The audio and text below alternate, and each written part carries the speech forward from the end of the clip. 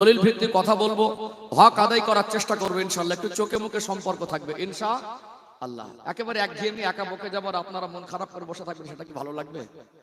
একটু চোখে মুখে সম্পর্ক ভালো না?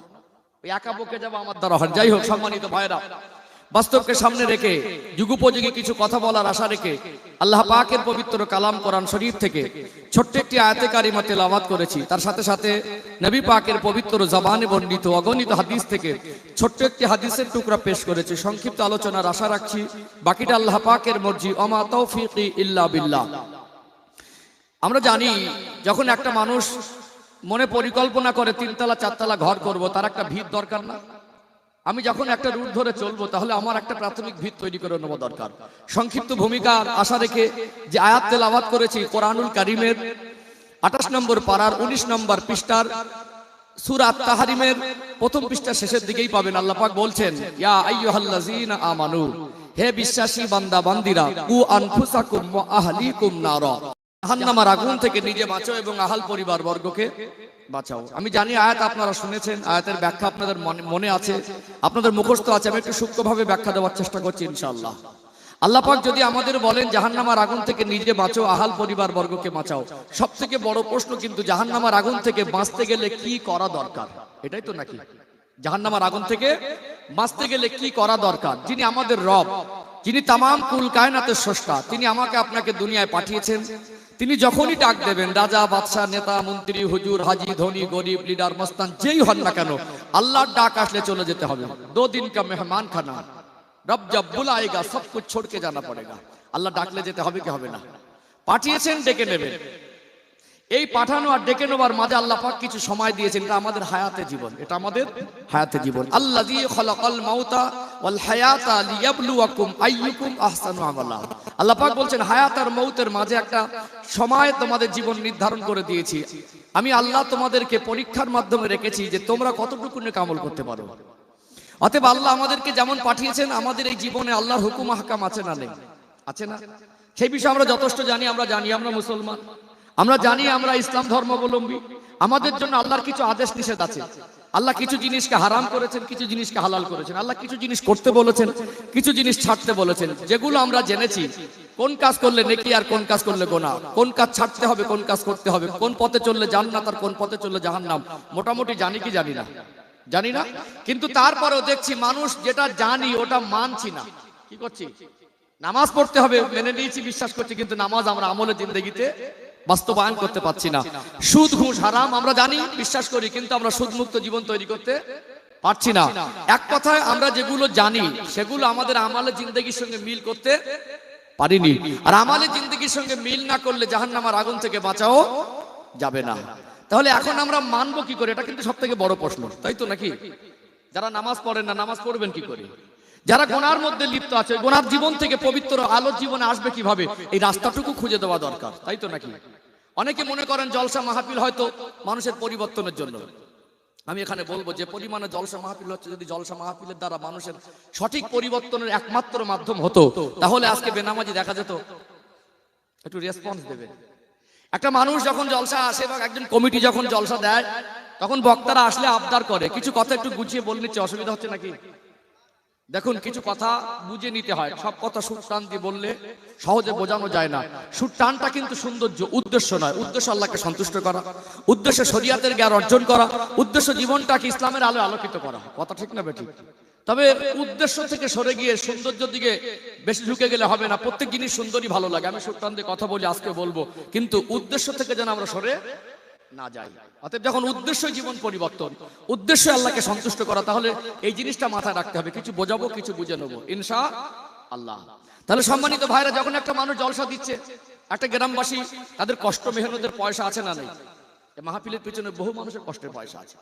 এই মাহফিলে বহু যুবক ছেলেরা, কমিটি যারা খাটাখাটনি বেশি করেছে, আজকে আপনারা সবাই মিলে মিশে এসে বসলেন, তাহলে সব মিলে একটা মাহফিল সমাপ্ত হয়ে গেল। ফল হিসেবে কি পেলাম? প্রশ্ন আমার, ফল হিসেবে কি পেলাম? আসলে হুজুরকে বলা হয়, আমি এই জায়গাটার কথা বলছি, এগুলো সমাজের যেটা চিত্র, হুজুর একটু ভালো করে ওয়াজ করেন যেন নামাজি বেড়ে যায়, বলে না? হুজুর একটু ভালো করে ওয়াজ করেন, এলাকায় মা বোনরা যেন একটু বেশি করে পর্দা করে। হুজুর সুদ ঘুষ খুব বেড়ে যাচ্ছে, ভালো করে ওয়াজ করেন যেন সুদ ঘুষ কমে যায়।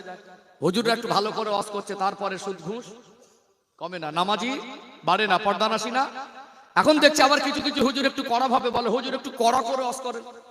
আবার কড়া করে বলানোর জন্য কড়া কড়া হুজুর বেঁচে আনছে, খুব কড়া করে ওয়াজ করছে, তারপরে দেখা যাচ্ছে পরিবর্তন হচ্ছে না। যখন হচ্ছে না তখন একদল মানুষ বলছে জলসা দিয়ে লাভ নেই, এটা সমাজের হালাত।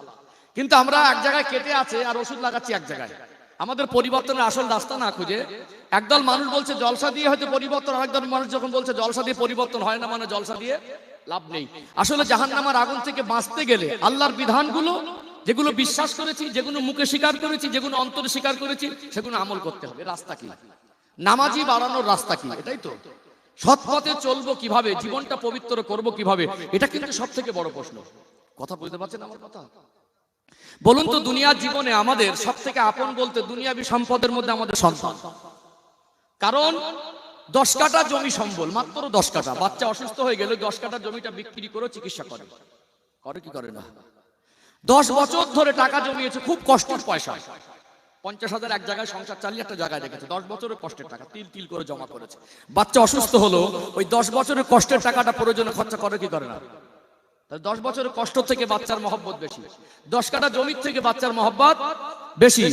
আবার দেখবেন একটা মানুষের কাছে টাকাও নেই, সম্পদও নেই, তখন হাত পেতে ভিক্ষাও করে। আপনার সন্তানের উপরে আপনার দায়িত্ব বেশি না আমি হুজুরের দায়িত্ব বেশি? আপনার দায়িত্ব বেশি। আপনার সন্তান, আপনার মায়া বেশি না আমি হুজুরের মায়া বেশি? আপনার মায়া বেশি, আপনার দায়িত্ব বেশি। আপনার সন্তান, আর সেই সন্তানকে আপনি 20 বছর ধরে মানুষ করলেন, তাকে সূরা ফাতিহা শিক্ষা দিলেন না, তাকে কোরআনুল কারীমের শিক্ষা দিলেন না, তাকে ভালো করে ওযু কিভাবে করতে হয় জানালেন না, সে এখনো পর্যন্ত 3টে কলেমা শুদ্ধ করে বোঝে না। তাকে যদি জিজ্ঞাসা করা হয় তুমি কোন ধর্মাবলম্বী, সে বলবে আমি ইসলাম ধর্মাবলম্বী। যদি ঘুরিয়ে বলা হয় ইসলামটাকে তুমি বলো, সে তার সঠিক ব্যাখ্যা বোঝে না। তাহলে আপনার সন্তানকে 20 বছর ধরে আপনি দিনের আলো থেকে তার জীবনটা পুরো অন্ধকারে ডুবিয়ে রেখেছেন, হুজুর এসে 2 ঘন্টায় ওকে ভালো করতে পারবে? কথা রাগ করলেন নাকি? বাস্তব না বাস্তব? 20 বছর ধরে তাকে সূরা ফাতিহা শেখালেন না, কলেমার অর্থই বোঝে না, উজুটাই করতে পারে না। ছেলের বিবাহ দেওয়ার সময় বড় বড় মোবাইলে ছবি নিয়ে ঘুরছে, এই ছেলে দেখেছিস হিরোর মতো লাগছে। ছেলে যখন বিয়ে দেবে মাল দরকার তো, আগে ডাইরেক্টলি, তখন ইনডাইরেক্ট মাল নেওয়া বন্ধ হয়নি। যদি গুছিয়ে না দিয়েছে তো মেয়েটা সংসার থেকে মুশকিল আছে। কি গো, কথা বাস্তব না বাস্তব? অনেক সময় মনে করে না চেয়ে মাল পেয়ে যাবো, চাইনি, মান সম্মানের তাগিদে, কিন্তু মনের মধ্যে লোভ কমিনি, দেইনি বলে পরে প্রেসার ক্রিয়েট, বিভিন্ন ভাবে ইশারা ইঙ্গিতে মেয়েটার প্রতি প্রেসার ক্রিয়েট করা হয়। হয় কি হয় না? শারীরিক মানসিক টর্চার করা হয়। তাহলে আমরা বিয়ে দেওয়ার সময় ছেলের ছবি নিয়ে ঘুরে, আমার ছেলে দেখেছিস, কোনো খুঁত নেই, কিন্তু ছেলেটা সূরা ফাতিহা পড়তে জানে না। আজকে মাহফিলে সবাই যারা আছেন সূরা ফাতিহা যদি না জানেন, ওর বাপ আর মা ওকে বঞ্চিত করেছে। যদি নামাজটা কিভাবে পড়তে হয় না জানেন, ওর বাবা আর ওর মা ওকে বঞ্চিত করেছে। যদি কোরআন শরীফ পড়তে না জানে, ওর বাবা আর মা ওকে বঞ্চিত করেছে। যে ছেলেটার 20 বছর ধরে বাবা মা নামাজের শিক্ষা দিল না, ঈমানকে যিনি ভালো করে বোঝালো না, হুজুরের বাবা 14 পুরুষের ক্ষমতা নিয়ে ওকে ওয়াজ করে ভালো করে দিয়ে যাবে। কথা কি বুঝতে পারছেন? আসুন একটু পর্দার কথা বলি। আমি মেপে কথা বলা মানুষ, যতক্ষণ থাকবেন আমার সামনে যারা বসেছেন প্রত্যেকটা মানুষ, আমি নেমে যাবার পরে জন্য মনে হয় আজকে মাহফিল থেকে কিছু পেয়েছেন। বিশ্বাস করুন, ওয়াজ করা আলাদা, মানুষের হক আদায় করা আলাদা।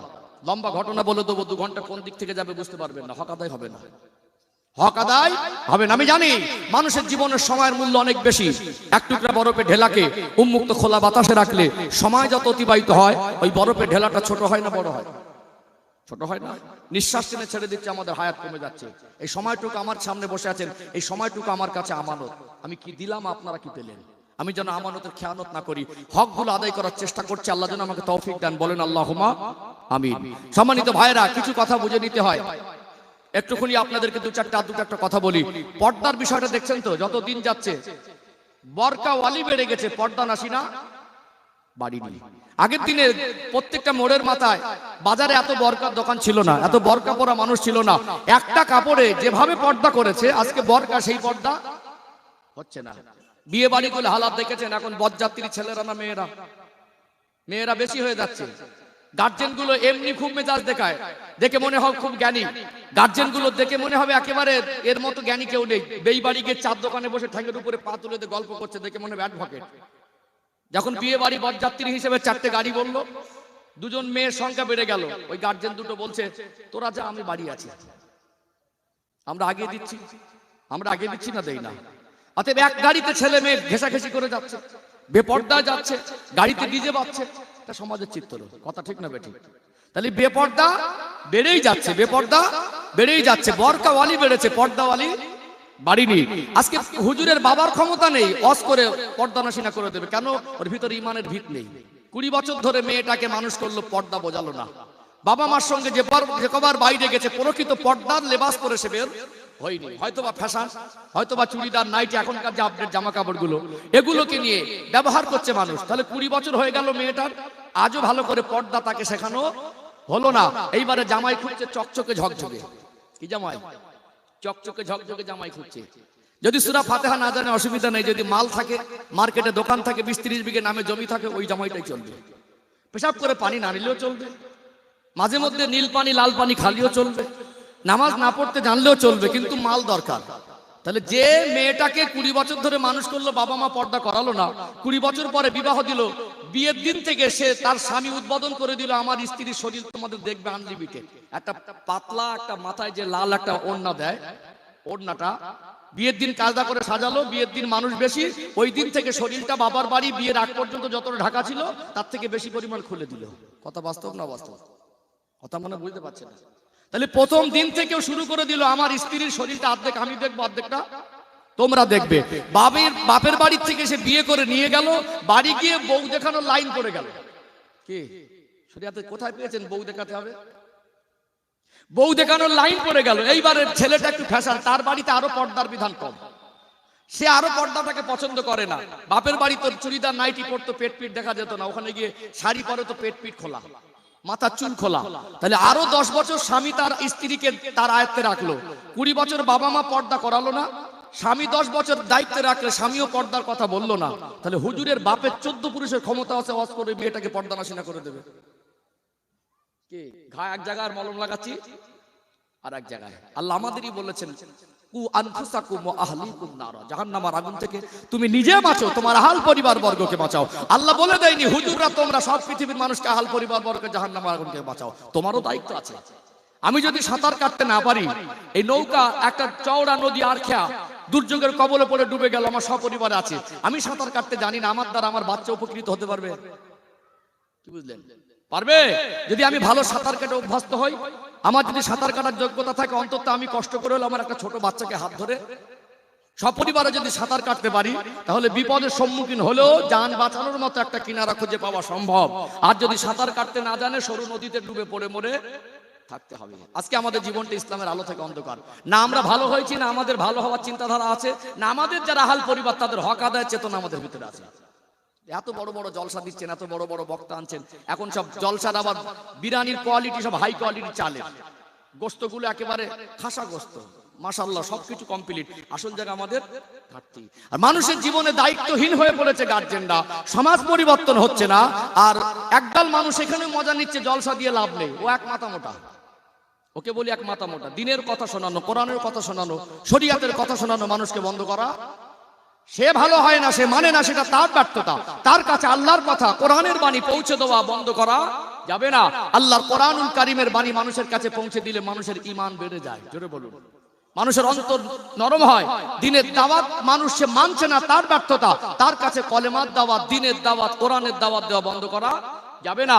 কারণ কোরআনের বাণী শুনলে আল্লাহ ওর অন্তরটা নরম করে দেয়। আল্লাহর কোরআন দিয়ে দৃষ্টান্ত দিয়ে মানুষকে বোঝালে ওর ভালো হওয়ার চেতনা বেড়ে যায়। আমি ভালো করতে আসিনি, আপনি কিভাবে ভালো হবেন সেই চেতনা বৃদ্ধি করতে এসেছি, রাস্তা দেখাতে এসেছি। আমার হাতে যদি ভালো করার ক্ষমতা থাকতো, 2 ঘন্টা নয়, আমি 2 দিন নয়, 2 মাস থেকে এই গ্রামের মানুষকে ভালো করে দিয়ে যেতাম। তাহলে বুঝতে হবে, হুজুর এসে আপনাকে ভালো করে দিয়ে যাবে না, নামাজি করে দিয়ে যাবে না, পর্দা নাশিনা করে দিয়ে যাবে না। দায়িত্ব বুঝে নেন, দায়িত্ব সবার, হুজুরের একার আর জলসা কমিটির নয়। সমাজ পরিবর্তনের ঠিকাদার জলসা কমিটি আর বক্তারা নয়, ইমামরা নয়, সকলের দায়িত্ব। কি যার যে দায়িত্ব সবাই পালন না করলে শুধু জলসা দিয়ে সমাজ লাভ হবে না। তাহলে আল্লাহ পাক এই জন্য বলেছেন, জাহান্নামের আগুন থেকে নিজে বাঁচো, আহল পরিবার বর্গকে বাঁচাও। আল্লাহ কত রহমত আমাদেরকে দিলেন যে আমরা আমাদের পরিবার পেয়েছি। অতএব আমরা নিজেরা ভালো হব, নামাজি হব, হাজি হব, তাহাজ্জুদ পড়ব, সৎ পথে চলবো। আমার ছেলে আর মেয়ে কোন পথে যাবে সেটা আমার দেখভাল থাকবে না, আমার বিবি কোন পথে চলবে তার কোনো দায়িত্ব থাকবে না। এ জীবন ব্যবস্থা ইসলাম দেয়নি। অতএব আমিও ভালো হব, আমার আহাল যারা তাদেরকে আমি দায়িত্ব নিয়ে ভালো পথে চালানোর চেষ্টা প্রাণ করব। আর আল্লাহ নবী সাল্লাল্লাহু আলাইহি সাল্লাম এই জন্য বললেন, আলা কুল্লুকুম রাঈন ওয়া কুল্লুকুম মাসউলুন আর রাঈয়াতি, তোমরা প্রত্যেকে এক একজন দায়িত্ববান জিম্মাদার। তোমাদের উপরে কিছু মানুষের হক আছে, তোমরা কিছু দায়িত্ববান মানুষ, ওই দায়িত্বগুলো পালন না করলে হিসাব কার কাছে দিতে হবে? আপনি ভালো হয়েও যদি হক আদায় না করেন, আপনার ছেলে আপনাকে জাহান্নামে টেনে নিয়ে যাবে, আপনার মেয়ে আপনাকে জাহান্নামে টেনে নিয়ে যাবে। অতএব এখানে দুনিয়ায় হক আদায় না করলে ভালো হয়েও জান্নাতে যাওয়া কঠিন হবে, সহজ হবে না। এই ভিতটা তৈরি করলাম, বুঝতে পেরেছেন? বুঝতে পেরেছেন? তাহলে ভালো করতে আসিনি, ভালো হবার রাস্তা বলে দিতে এসেছি।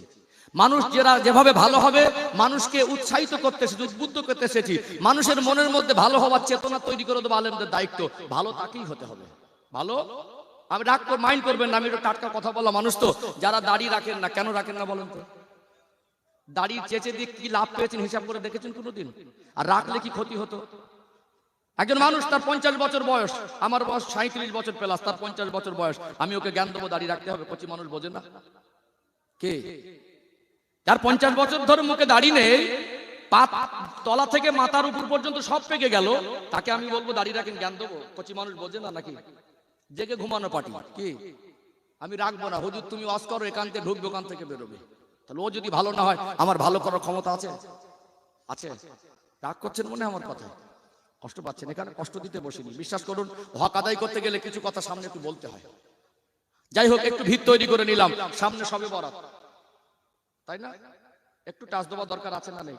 শবে বরাত সম্পর্কে আলোচনা হয়েছে কি হয়নি? তো একটু টাচ দিয়ে যায় ইনশাআল্লাহ। এই শবে বরাতকে সূত্র ধরে একটা লাইন বের করে নিয়ে যাবো, জাহান্নাম থেকে বাঁচার রাস্তা খুঁজে নেবো ইনশাআল্লাহ। কিছুটা বলেছি, আমাদের ঘাটতি কোথায়, সেই ঘাটতিটা কিছুটা বুঝিয়েছি ভিতরের মধ্যে, আগে বিস্তারিত বোঝানোর চেষ্টা করবো ইনশাআল্লাহ। তাহলে যেহেতু শবে বরাত, সময় অনুপাতে কথা বললে মানুষ উপকৃত বেশি হয়। এখন শবে বরাত রবিবার, মানে আজকে কি বার? শুক্রবার। কাল দিন বাদে পরশুদিন রাত্রে শবে বরাতের রাত। আসলে শবে বরাতের গুরুত্ব, মহত্ব, তাৎপর্য, আমল, করণীয়, বর্জনীয় একটু কমকে টাচ দেওয়া, একটু জানিয়ে দেওয়া দরকার আছে না নেই? আছে না? সচেতন, তারপরেও মনে করে দেওয়া। সন্তান যখন, বাবা মা যখন সন্তানকে বেশি ভালোবাসে না, তারপরেও একটু বেশি নসিহত করে, কচি সাবধানে যাবি, ছেলেটা বোঝে, তারপরে এই কচি ভালো করে যাস, আবার পৌঁছে গেলে বলে ভালো আছিস তো, ঠিকভাবে গেছিস তো। এটা বাবা মার মহব্বত। আল্লাহ যেমন আমাদেরকে, বাবা মা সন্তানকে বেশি ভালোবাসেন, আল্লাহ তার থেকে কোটি কোটি গুণ বেশি ভালোবাসেন।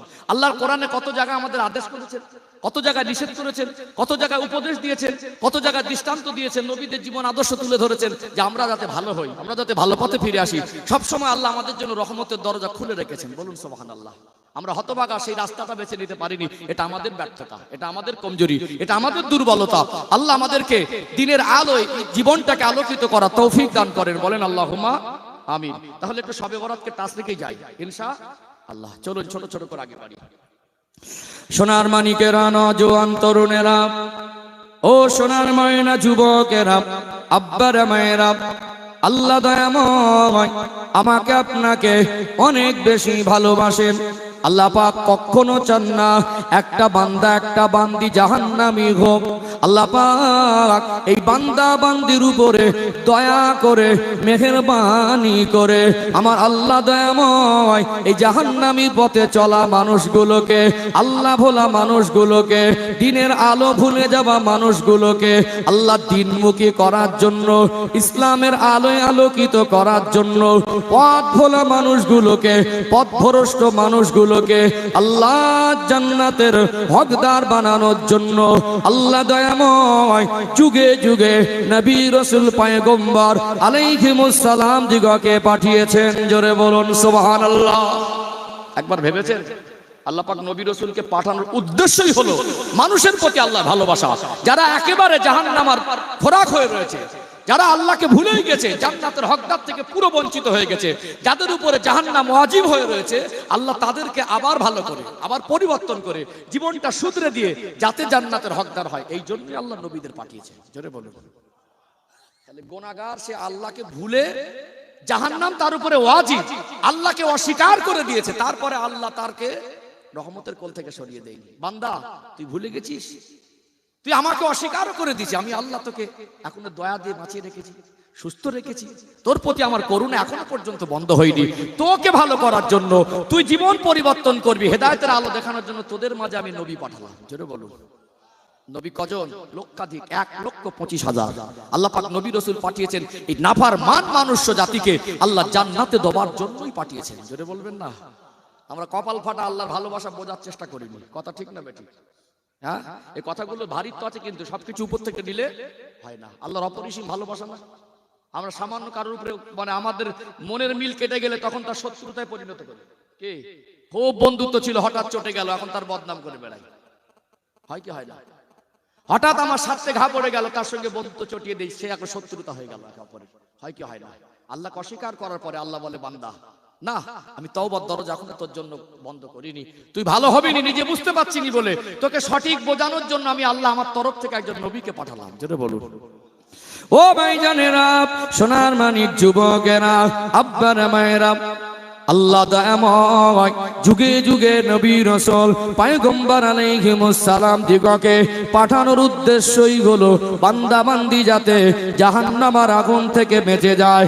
একটা মানুষ ও জাতির জীবনে, একটা মানুষের জীবনে যত সম্পর্ক আছে সব থেকে দামি সম্পর্ক হলো দুটো সম্পর্ক, একটা হলো আল্লাহর বান্দা, একটা হলো নবী আর উম্মত।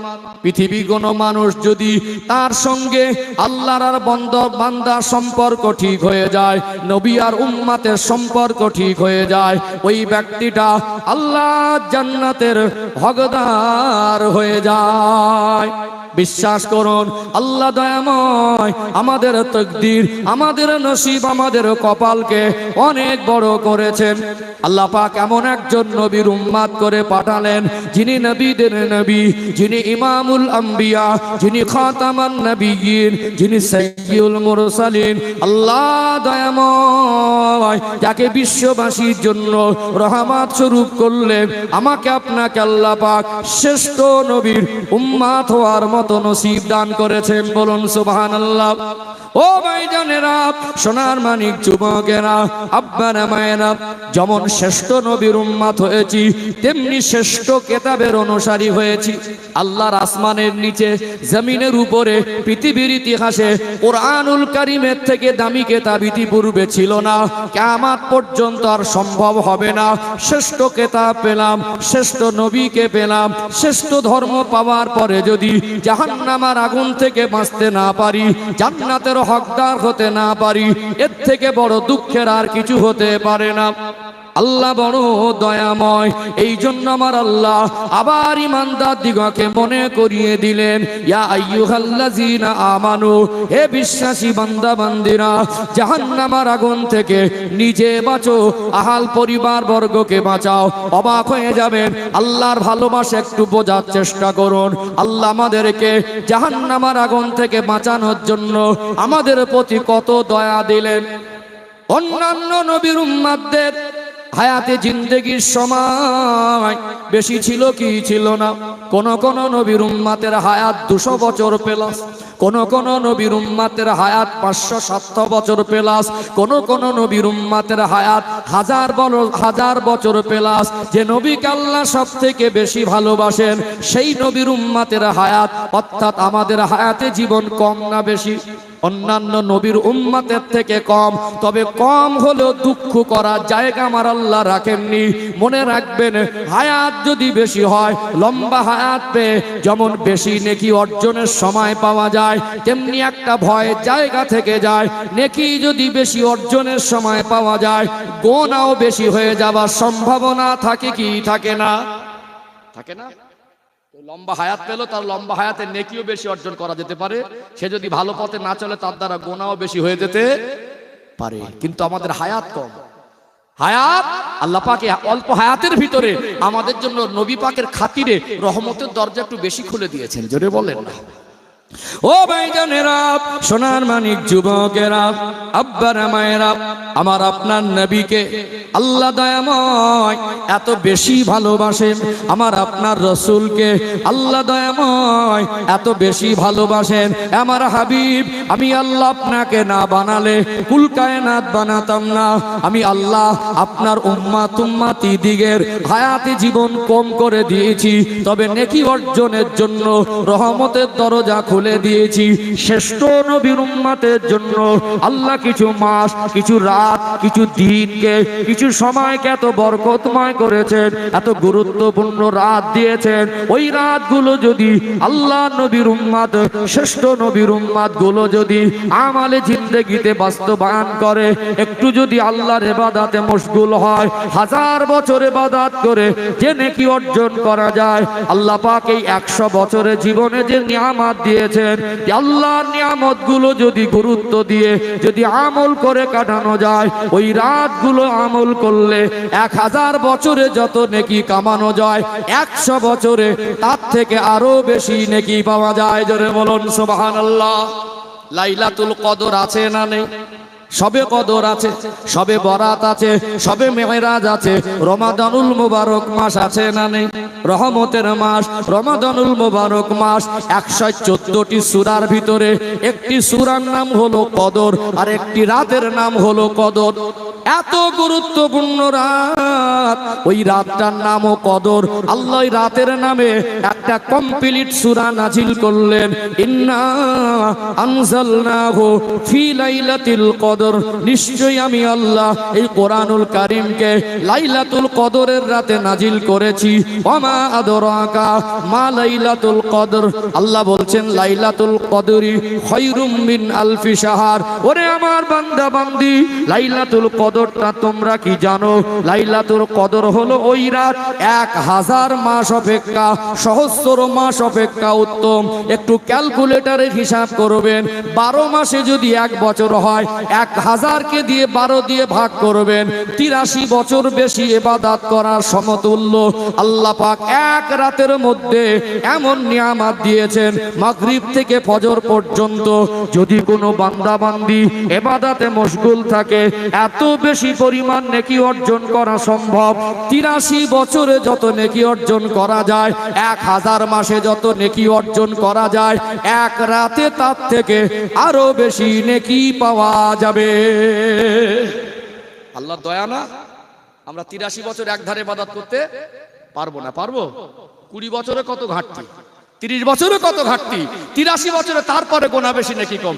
একটা রাত কিন্তু আমরা চাইলে সবাই ইবাদত করতে পারবো, মাগরিব থেকে ফজর। পারবো না? চেষ্টা করলে 100-র মধ্যে 99%-এর বেশি মানুষ পারবে। তাহলে এক রাত সমান এক ধারে 83 বছর প্লাস। শুধু বলেননি সহস্র মাস, লাইলাতুল কদরি খায়রুম মিন আলফি শাহর, বলছে 1 সহস্র মাস অপেক্ষা উত্তম। মানে 83 বছর যদি হয়, এভারেজ কম বেশি কয়েকদিন, তার থেকেও বেশি নেকি পাওয়া যায়। যদি বলুন সুবহানাল্লাহ। ওই বেশিটা যে কতটা সেটা আল্লাহ পাক ভালো জানেন, আরো অনেক বাড়িয়ে দিতে পারেন। তারপরে যদি বলে হায়াত কম, গোনা কম, অপশন আছে। হায়াত কম মানে গোনা কম হবে। তারপরে নেকির দরজা আল্লাহ খুলেছেন না খোলেননি? তারপরে যদি বলি জাহান্নামের আগুন থেকে আমরা বাঁচাতে পারিনি, তাহলে এটা আমাদের দোষ, আমাদের গাফলাতি, আমাদের কমজোরি। কথা ঠিক না বেঠিক? তার মানে আল্লাহর সঙ্গে আমাদের সম্পর্ক কমজোরি হয়ে গেছে, নবীর সঙ্গে আমাদের জীবনের সম্পর্ক কমজোরি হয়ে গেছে। এই জন্য আমরা নিয়ামত পাওয়ার পরে আমাদের কাছে নিয়ামতের কদর নেই। দেখবেন ওই এতেকাফে থাকলে কদর তার মিস হওয়ার কোনো অপশন আছে? অপশন আছে? এতেকাফে থাকলে কদর পাবেই তো। 10 দিন এতেকাফ করলে, এর মধ্যে শেষ রমজানের শেষ বিজোড় 10, মানে বিজোড় রাত কটা রাত? 21, 23, 25, 27, 29, 5টা রাত। 5টার মধ্যে একটা কদর। কিন্তু দেখবেন সমাজে পণ্ডিতের অভাব নেই, জ্ঞানীগুণীর অভাব নেই, মনে মুসল্লি দিনদার অভাব নেই, এতেকাফের সময় লোক পাওয়া যায় না। তার মানে কি? মানে আসল মানুষ কমে গেছে। এতেকাফে অনেক জায়গায় লোক ভাড়া করতে হয়। কি গো, রাগ করছেন নাকি? সম্মানিত ভাইয়েরা, এটা আমাদের জীবনে অনেক বড় কমজোরি। আল্লাহ আমাদের দয়া করে মেহেরবানি করে নিয়ামত দিলেন, আমরা নিয়ামত পেয়েও না শুকরি করছি। নিয়ামত পেয়ে নিয়ামতের প্রতি আমাদের কদর নেই। এত বড় নিয়ামত পাওয়ার পরে বান্দা তারপরে যদি গাফিলাতি করে, তারপরে যদি বিড়ির বান্ডিলটা বালিশের তলায় নিয়ে ঘুমায়, তারপরে যদি নামাজটা কাজা করে ঘুমায়, ও কমটা কি করে নাজাত পাবে? রাগ করছেন আমার কথা নাকি?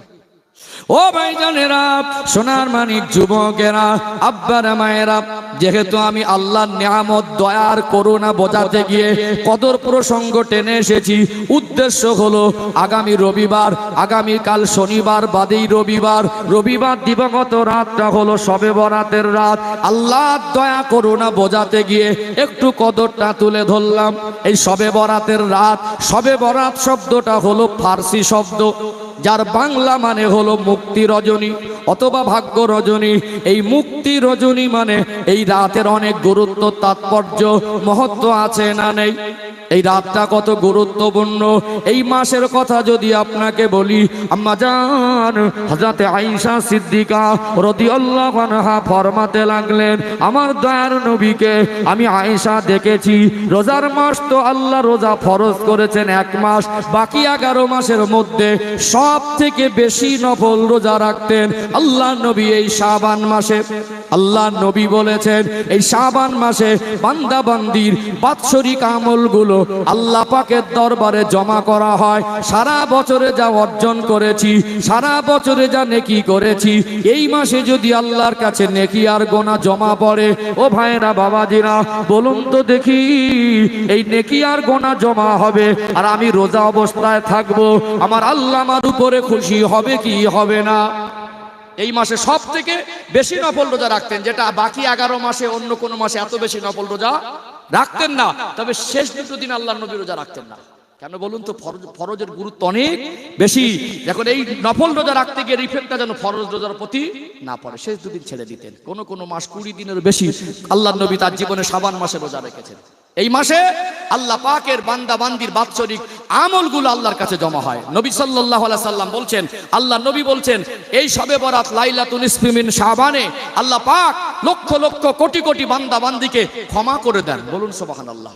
ক্ষমার রাত অর্থাৎ মুক্তি রজনী। শবে বরাত শব্দটা হলো ফার্সি শব্দ, যার বাংলা অর্থ আসে মুক্তি রজনী। তাহলে আল্লাহ নবী বলছেন লক্ষ লক্ষ কোটি কোটি মানুষ ক্ষমা চাইলে আল্লাহ ক্ষমা করে দেবেন। ক্ষমা পেয়ে যাওয়া মানে খুশনসিব। ক্ষমা পাওয়ার রাত হিসাবে আল্লাহ যদি আমাদের জন্য দেয়, এটা আল্লাহর অপরিসীম দয়া। কিন্তু ক্ষমা চাই না, আমরা ইবাদতের মধ্যে কাটাই না। এর মধ্যে 2023 সালে আর 24 সালে সব থেকে বড় ফিতনা মুসলমানের ভিতরে ধর্ম নিয়ে বাড়াবাড়ি। কি 2023 সালে আর 24 সালে সব থেকে মুসলিম জাতির কাছে বড় ফিতনা ধর্ম নিয়ে বাড়াবাড়ি। এত বাড়াবাড়ি আগে ছিল না। আল্লাহ নবী সাল্লাল্লাহু আলাইহি সাল্লাম বিদায় হজের ভাষণে সাবধান করে দিয়েছিলেন, সাহাবীরা আমি তোমাদেরকে সাবধান করে দিয়ে যাচ্ছি, খবরদার তোমরা ধর্ম নিয়ে বাড়াবাড়ি করো না। ইতিপূর্বে বহু জাতি ধর্ম নিয়ে বহু কওম বাড়াবাড়ি করার কারণে তারা ধ্বংস হয়েছে। বিশ্বাস করুন, আজকে আমাদের কাছ থেকে একের পর এক মসজিদগুলো ছিনিয়ে নিচ্ছে। এই কয়েকদিন আগের ঘটনা আপনারা হয়তো সোশ্যাল মিডিয়া দেখছেন, বাবরি নিয়ে নিল, জ্ঞানব্যাপী নিয়ে নিল মালদা জেলা আদিনা মসজিদ। মালদা জেলা আদিনা মসজিদে বহুবার আমি নিজে গেছি। ঐতিহাসিক 700 বছর প্লাস বয়স একটা পুরনো মসজিদ, ঐতিহ্যপূর্ণ মসজিদ। সেখানে গিয়ে এক ধর্মগুরু শিবলিঙ্গ খুঁজে পাচ্ছে। আমি ভারতবাসী সম্প্রীতি আমি বুঝি, ভ্রাতৃত্ব আমি বুঝি, এই দেশের সংবিধান আমি বুঝি। এই দেশ স্বাধীনের পিছনে যথেষ্ট মুসলমানরা রক্ত দিয়েছে। এ দেশ কারুর বাপের পৈতৃক সম্পত্তি নয়। একজন হিন্দুর যতটা অধিকার, একজন মুসলমানের ততটা অধিকার, একজন আদিবাসীর ততটা অধিকার, একজন খ্রিস্টানের ততটা অধিকার। কোনো একটা কম, কোনো এক ধর্মাবলম্বী দেশ স্বাধীন করেনি। ইতিহাস ঘেটে দেখবেন 90,000-এর বেশি যদি এই দেশ স্বাধীনের পিছনে মানুষ শহীদ হয়, দেশকে স্বাধীন করতে গিয়ে যদি রক্ত দেয়, 60,000 প্লাস মুসলমান রক্ত দিয়েছে। বলুন সুবহানাল্লাহ। সম্মানিত ভাইরা, দেশের মাটি আমার কাছে পবিত্র, দেশের সংবিধানকে আমি সম্মান করি। এতটুকু বলছি, আজকে বিভাজনের রাজনীতি চলছে। আমি রাজনীতির নেতা নয়, রাজনীতির কথা আমি বলি না, তবে বলছি বারবার করে, আমরা নিজেরা মারামারি, নিজেরা ঝগড়াঝক্কি, নিজেরা দলাদলি করে আমরা একে অপরের শত্রুতা করছি, আর আমাদের কাছ থেকে আল্লাহর ঘরগুলো তারা ছিনিয়ে নেওয়ার চক্রান্ত করছে। এটা অত্যন্ত দুঃখজনক কথা, ঠিক না বেঠিক? আফসোস হয়, এখানে শবে বরাত আসলে শবে বরাত নিয়ে আমাদের ঝগড়া লেগে যায় না? শবে বরাত নিয়ে তারাবি আসলে তারাবি 8 রাকাত না 20 রাকাত ঝগড়া লেগে যায়। আবার দেখবেন শবে কদর আসলে সেখানে ঝগড়া লেগে যায়। আমরা ঝগড়া নিয়ে ব্যস্ত আছি, আমাদের কাছ থেকে মসজিদগুলো নিয়ে নিচ্ছে। আর আমার ভাবতে বড় অবাক লাগছে, আজ কোথায় আমরা বাস করছি যে আজকে মসজিদের মধ্যে গিয়ে শিবলিঙ্গ খুঁজছে। কে? শিবলিঙ্গগুলো সব কি মসজিদের মধ্যেই থাকে নাকি? কিছু দেখলেই শিবলিঙ্গ, কিছু দেখলেই শিবলিঙ্গ। আমি বলি, আপনার ধর্ম আপনি করুন, আমারটা আমি করব। ইসলাম আমাকে উদারতা শিখিয়েছে, ইসলাম আমাকে ভ্রাতৃত্ব শিক্ষা দিয়েছে। আমার বাড়ির পাশের হিন্দু ভাই যদি থাকে, সে আমার দ্বারা কষ্ট পাবে না। তার ধর্ম সে করবে, সে দুর্গা পূজা করবে, আমার অসুবিধা হবে না। আমি ঈদের নামাজ পড়বো, তারও অসুবিধা হবে না। এই বাংলার মানুষ কত নিরীহ মানুষ। আপনাদের এই বাইলানি, বিষ্ণুপুর বলুন, দুর্গাপুর বলুন, আশপাশ এলাকাতে শুধু মুসলমান বসবাস করে না, শুধু হিন্দু বসবাস করে না, মিলেমিশে আছেন না নেই? একেবারে সাধারণ নিরীহ মানুষ, এরা রাজনীতি ভালো করে বোঝে না, সংবিধান ভালো করে বানানো অনেকে করতে জানে না। এরা হিন্দু মুসলমান কাঁধে কাঁধ মিলিয়ে কত মিল মহব্বতে দিন যাপন করে। একজন হিন্দু মরে গেলে মুসলমান তার মাথার ধারে দাঁড়িয়ে কাঁদতো, আর একজন মুসলমান মরে গেলে হিন্দু তার মাথার দাঁড়িয়ে কাঁদতো। কি ভ্রাতৃত্ব, কি মিল মহব্বত। ইতিপূর্বে বহুবার দুর্গা পুজো হয়েছে, কোনো অশান্তি ছিল না। বহুবার ঈদের নামাজ কুরবানি হয়েছে, এর আগে কোনো অশান্তি ছিল না। বিভাজনের রাজনীতি করতে গিয়ে জাতির ভিতরে জাতি হিংসা ঢুকিয়ে দেওয়া হলো। এটা মন্দির, এটা মসজিদ, তোমরা হিন্দুরা মুসলমান। আজ গোটা দেশটা অশান্ত হয়ে উঠছে না, ওঠে না? সম্মানিত ভাইরা, আমাদের অবস্থা খুব করুণ। আমরা আল্লাহ ভোলা হয়ে যাচ্ছি, আমরা আখিরাত ভোলা হয়ে যাচ্ছি। আমাদের আখলাক, চরিত্র, মনুষ্যত্বগুলো নষ্ট হয়ে যাচ্ছে। আমরা নিজেদের ভিতরে ঝগড়া, মারামারি, শত্রুতা করছি, আর ভিতর থেকে আমাদেরকে অন্য জাতি আমাদের কোণঠাসা করার চেষ্টা করছে। এটা অত্যন্ত দুঃখের। জাতি যদি সজাগ না হয়, যদি বুঝতে না শেখে, আরো ক্ষতি হবে, আরো কঠিন দিনের সম্মুখীন হতে হবে। আল্লাহ আমাদের সবাইকে বোঝার তৌফিক দান করেন, বলেন আল্লাহুম্মা আমিন। তবে বলবো, আজকে শবে বরাতকে কেন্দ্র করে বাড়াবাড়ি যাবেন না। একদল আছে চরমপন্থী, একদল আছে চরমপন্থী, আর একদল আছে খুব গরমপন্থী। একদল আছে শবে বরাতকে দেখলেই বলে শবে বরাতের রোজা রাখলে জাহান্নামে যাবে, বলছে না? বলেন শবে বরাতের রোজা রাখলে জাহান্নাম, ডাইরেক্ট বলছে। আর একদল শবে বরাত নিয়ে এত বাড়াবাড়ি করছে, নফলকে ফরজের দরজায় পৌঁছে দিচ্ছে। আমরা হানাফি মাযহাবের মানুষ, আমরা আহলে সুন্নাতুল জামাতের আকীদার মানুষ।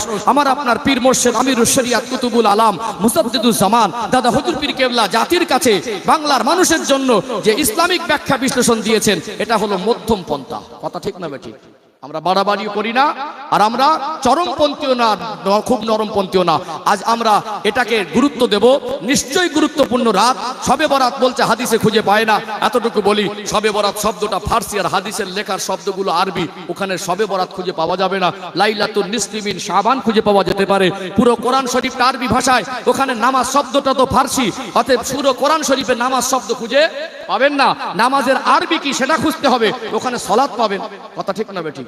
পুরো রোজা যে শব্দটা ব্যবহার করি, এই রোজাটাও তো ফার্সি শব্দ, রোজাটা আরবি শব্দ নয়। পুরো কোরআন শরীফ, হাদিস শরীফ ঘেটে আপনি ফার্সি শব্দ খুঁজে পাবেন কোথায়? হাদিস আর কোরআন তো আরবি শব্দ, আরবি ভাষায়। তাহলে সিয়াম পাওয়া যাবে, সওম পাওয়া যাবে, রোজার আরবি পাওয়া যেতে পারে। অত শবে বরাত পাবেন কোথা থেকে? এটা তো ফার্সি শব্দ। লাইলাতুন নিসফি মিন শাবান, অর্থাৎ শাবানের 15 তারিখে রাতের কথা একাধিক হাদিস এসেছে। বলুন সুবহানাল্লাহ। অতএব এই নিয়ে আমরা ঝগড়া করি। একটা মানুষ যে অঙ্ক যদি করতে চায়, গুণ শিখতে যায়, তাকে নামতা জানতে হবে কি হবে না? কি গো, নামতা যদি না জানে, তাকে কি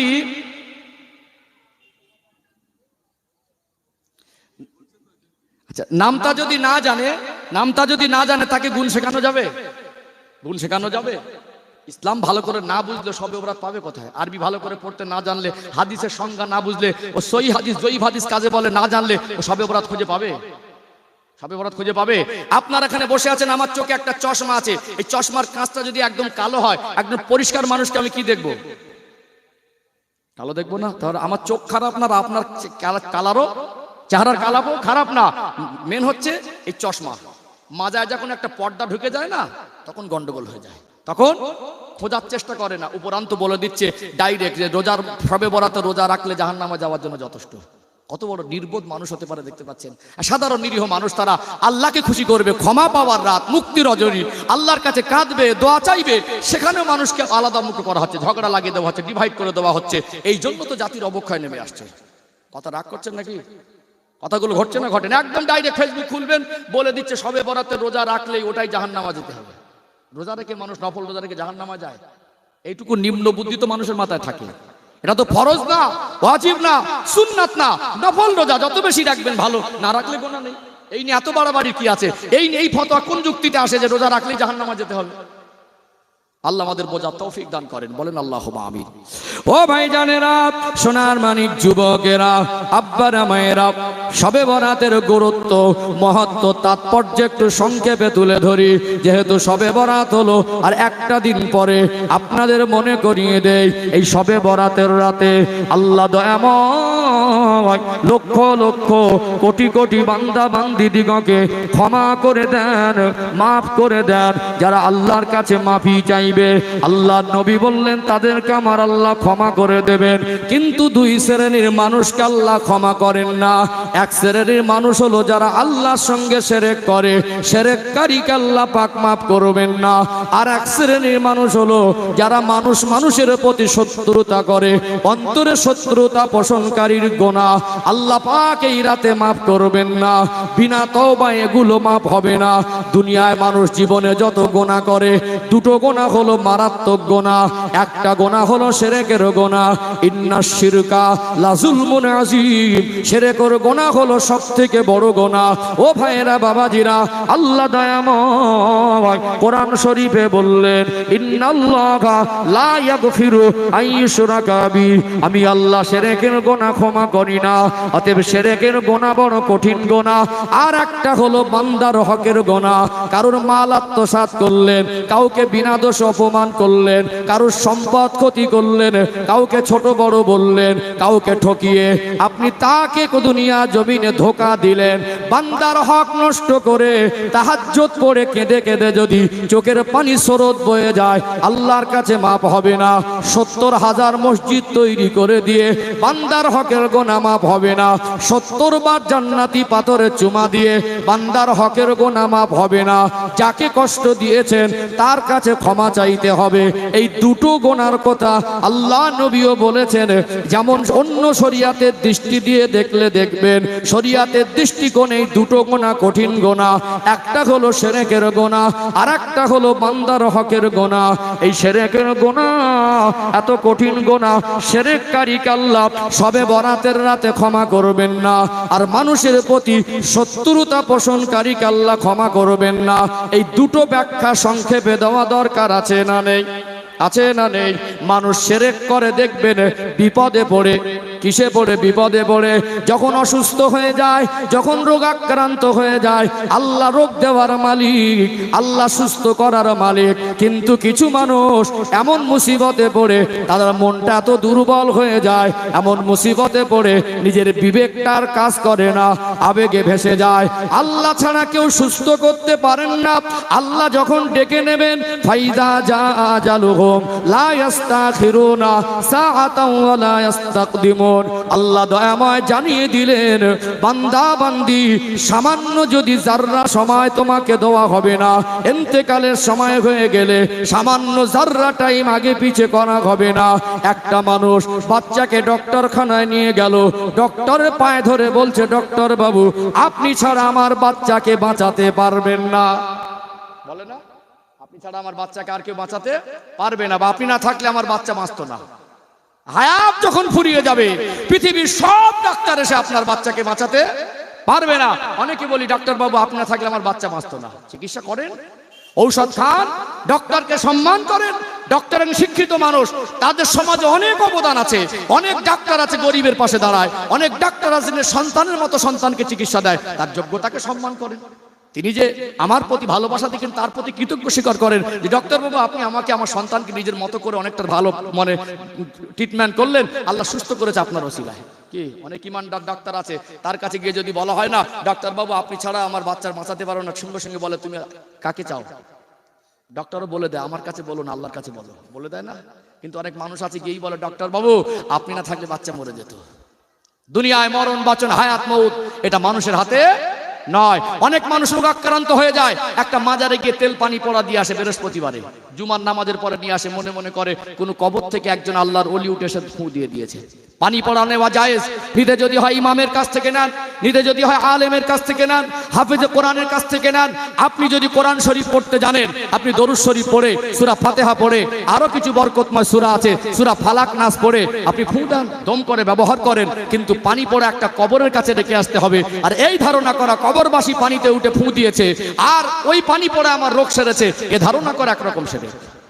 আল্লাহর ওলিদের মাজারে যাই আমরা, দাদা হুজুর কেবলা রহমাতুল্লাহ আলাইহির মহব্বতের মানুষ, তার দরবারটা হলো শিরক বেদাত মুক্ত দরবার।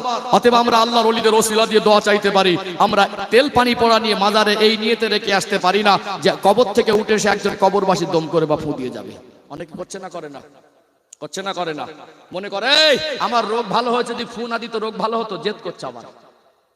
তাহলে আল্লাহ তো এমনি রোগ দেয়, রোগ ভালো করে দেয়, ধৈর্যের ব্যাপার নাকি? হ্যাঁ, আল্লাহ রোগ দেন, আল্লাহ আবার সেবা করে দেন। ঔষধ খেতে হয়, এতে অসুবিধা নেই, কিন্তু চাইতে হবে কার কাছে? চাইতে হবে, বিপদে পড়ে শিরক করে না। আবার দেখবেন মান্যত করে, যদি আমার রোগটা ভালো হয়ে যায় একটা খাসি ছাগল ছেড়ে দিয়ে আসবে। কাকে দিলেন খাসি ছাগলটা? একটা মোরগ ছেড়ে দিয়ে আসবো।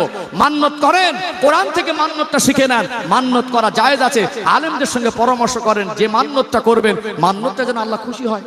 এমন একটা মান্যত করলো, যদি আমার রোগটা সেরে যায় আমি অমুক মাজারে গিয়ে একটা ছাগল ছেড়ে দিয়ে আসবো, একটা মুরগি ছেড়ে দিয়ে আসবো। কিছু সমাজের মানুষ আছে, এরা শিরক বেদাতের আঁকড়া করে রেখেছে আল্লাহর ওলিদের মাজারগুলো। এরাদের পেট পুজোর জন্য শিরকের বেদাতের প্রতিরোধ করে না, বরং দরজা খুলে দেয়। ওখানে গিয়ে মানুষ ঈমান হারা হয়ে বাড়ি আসে।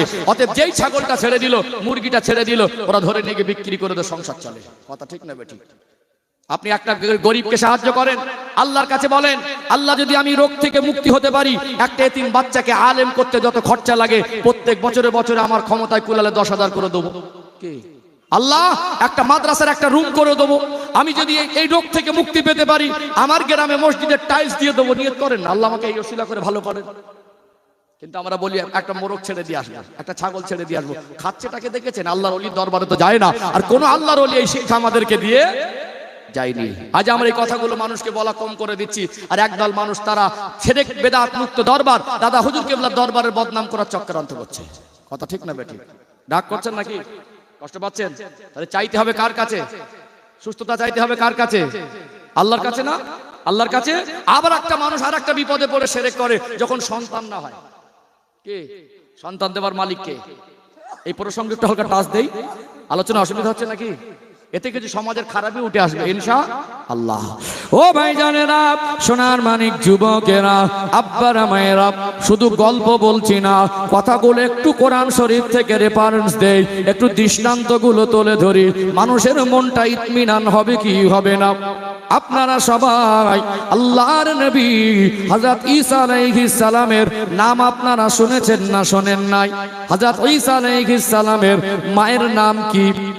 মায়ের নাম হলো হযরতে মারিয়াম। তার আব্বা দুনিয়ায় ছিল না, বিনা বাপের সন্তান। আজকে দুনিয়ার মানুষের গবেষণা, দুনিয়ার মানুষের বিবেক আর বিবেচনা, থিওরি বলছে একটা মহিলার পুরুষ ফিজিক্যাল সম্পর্ক ছাড়া, একটা পুরুষের বীর্য মহিলার রেহেমের মধ্যে যাওয়া ছাড়া সন্তান জন্ম দেওয়া সম্ভব নয়, অন্তঃসত্ত্বা হওয়া সম্ভব নয়। আমার আল্লাহ বড় দয়াময়।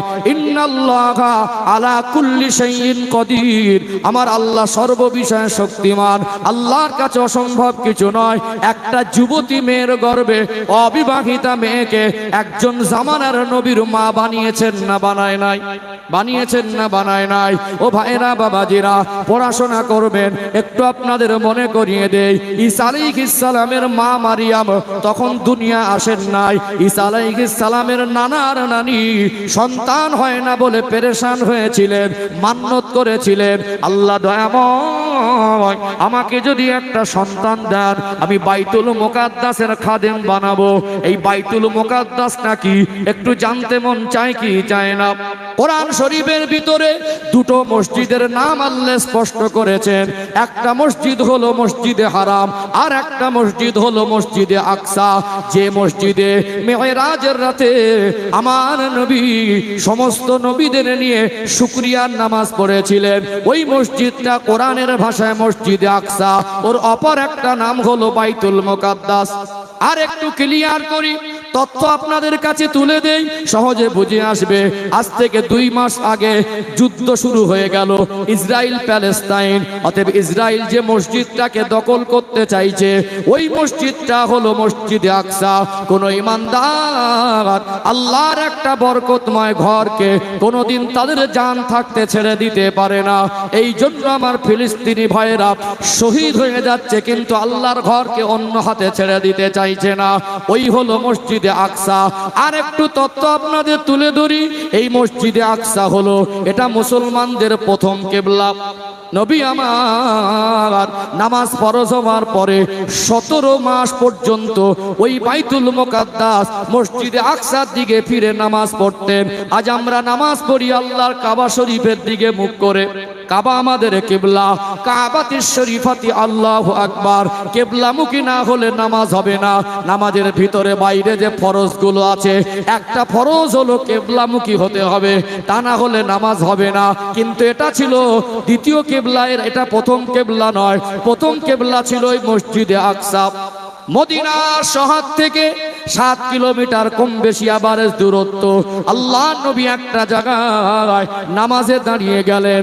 আল্লাহ নবীর মনে মনে উদয় হলো, আল্লাহ পাক মসজিদে আকসাকে কিবলা না করে যদি মসজিদে হারাম কাবা বাইতুল্লাহকে কিবলা করে দিতেন, আমি নবীর মনটা খুশি হয়ে যেত। আমার আল্লাহ আমার হাবিব যেটা মনে মনে চেয়েছেন ওটা দিয়েছেন না দেন নাই। নামাজের মধ্যে 2 রাকাত নামাজ হলো, কোরআনুল কারীমের আয়াত নাজিল হয়ে গেল, অদনারা তাকাল্লুবা ওয়াজহিকা ফিস সামা ফালানুআল্লি আন্নাকা কিবলাতান তারদাহা ফাওয়াল্লি ওয়াজহাকা শাতরাল মসজিদিল হারাম অদনারা তাকাল্লুবা ওয়াজহিকা ফিস সামা। এ আমার হাবিব, আপনি বারবার আসমানের দিকে তাকাচ্ছেন, আপনার মনে হচ্ছে মসজিদে আকসাকে কিবলা না করে কাবা বাইতুল্লাহ যদি কিবলা হতো আপনার ভালো হতো। ফাওয়াল্লি ওয়াজহাকা শাতরাল মসজিদিল হারাম, আপনি মসজিদে আকসার দিক থেকে মুখটা ঘুরিয়ে আল্লাহর কাবার দিকে মসজিদে হারামের দিকে মুখটা করে নেন। 2 রাকাত নামাজের পরে আল্লাহ নবী নামাজরত অবস্থায় পুরো উল্টো দিকে ঘুরে গেল। ওই কিবলা পরিবর্তন হয়ে আল্লাহর কাবা কিবলা হয়ে গেল। মসজিদে কিবলা তাইনে গিয়ে দেখে অবাক হয়ে গেছি। একটা এই দিক হয়তো মনে করুন আপনার দিকে ঘুরে আছি, ডান দিক বা বাম দিক না, পুরো উল্টো দিক। প্রথম কিবলা মসজিদে আকসা বাইতুল মুকাদ্দাস যেদিক, তার উল্টো দিকে পুরো কাবা। পুরো আমরা যেমন পশ্চিম দিকে নামাজ পড়ি, ওটা পুরো উল্টো দিকে। আল্লাহ নবী 2 রাকাত নামাজ পড়লেন মসজিদে আকসার দিকে মুখ করে।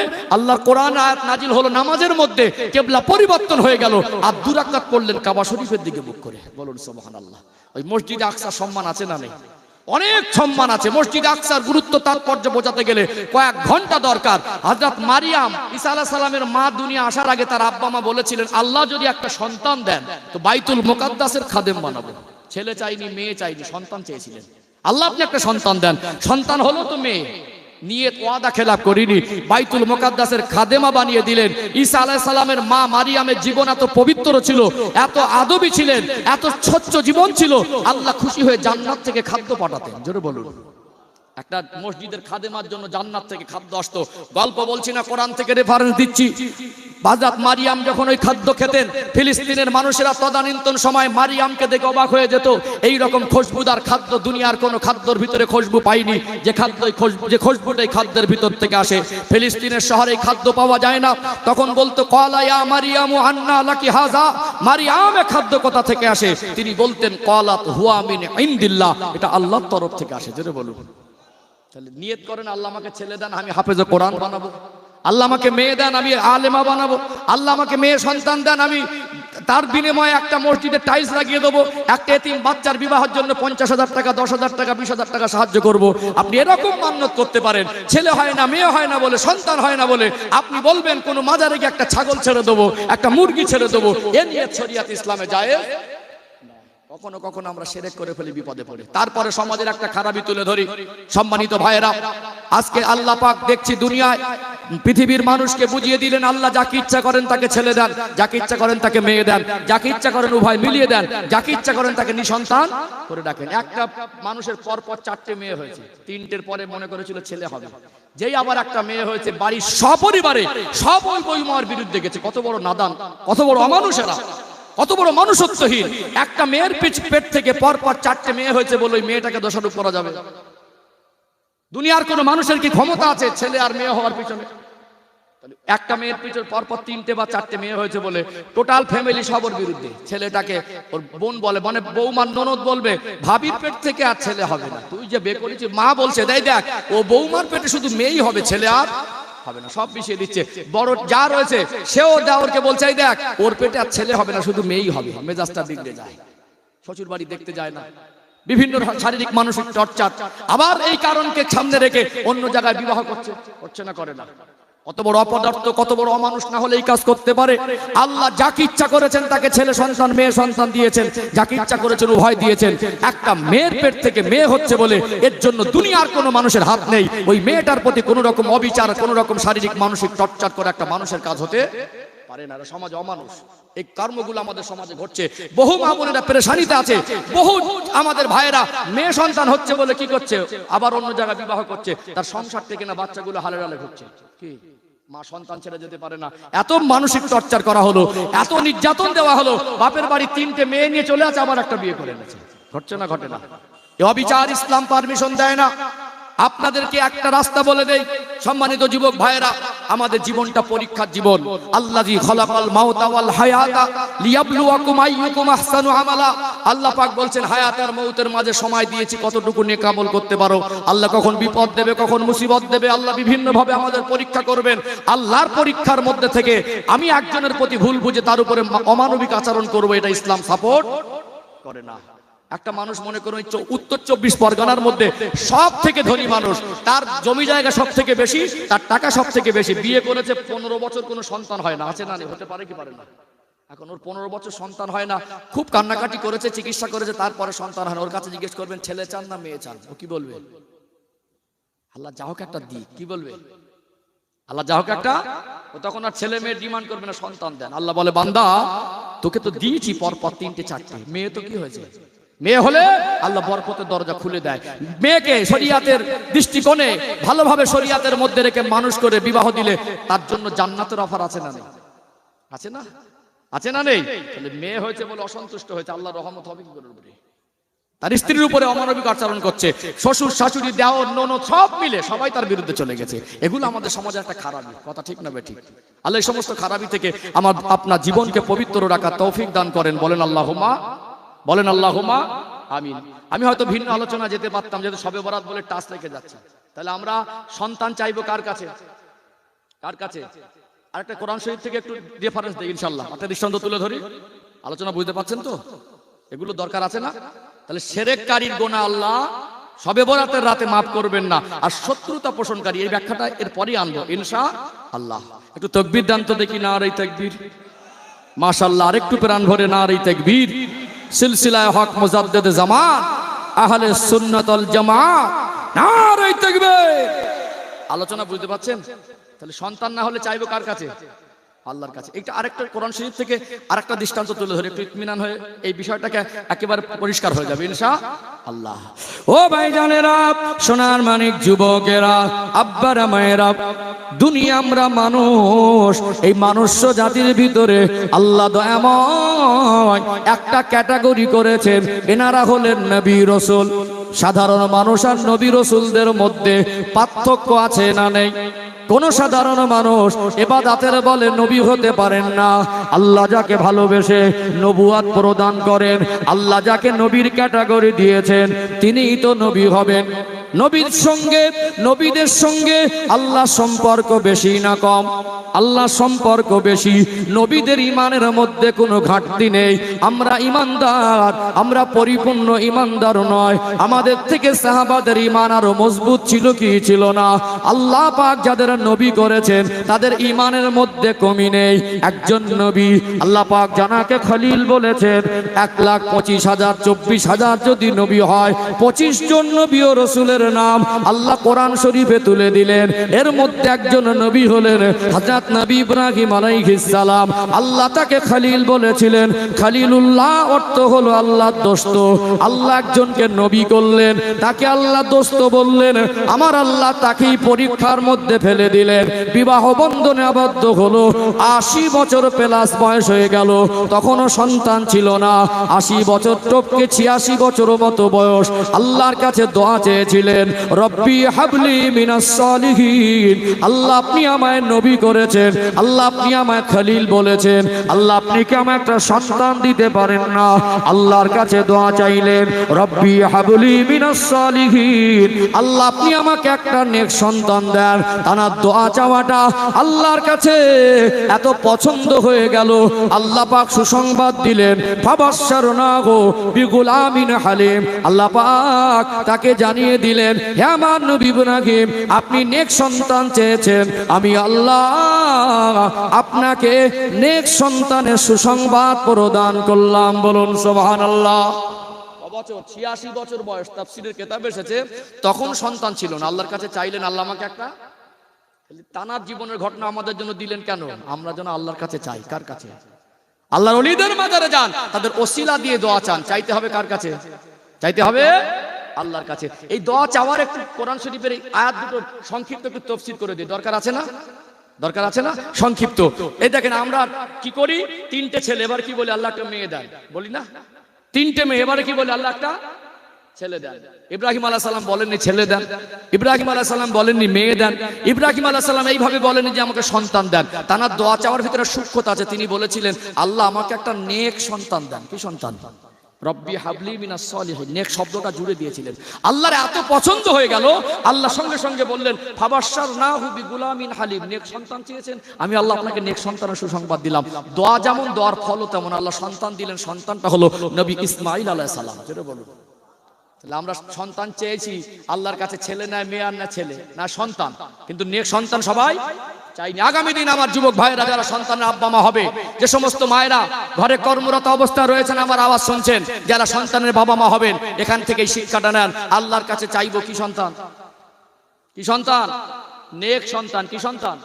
আল্লাহ বুঝিয়ে দিলেন, নবীরা নেক সন্তান চেয়েছেন, তোমরা আমার কাছে নেক সন্তান চাও, আমি আল্লাহ তোমাদের নেক সন্তান দেব।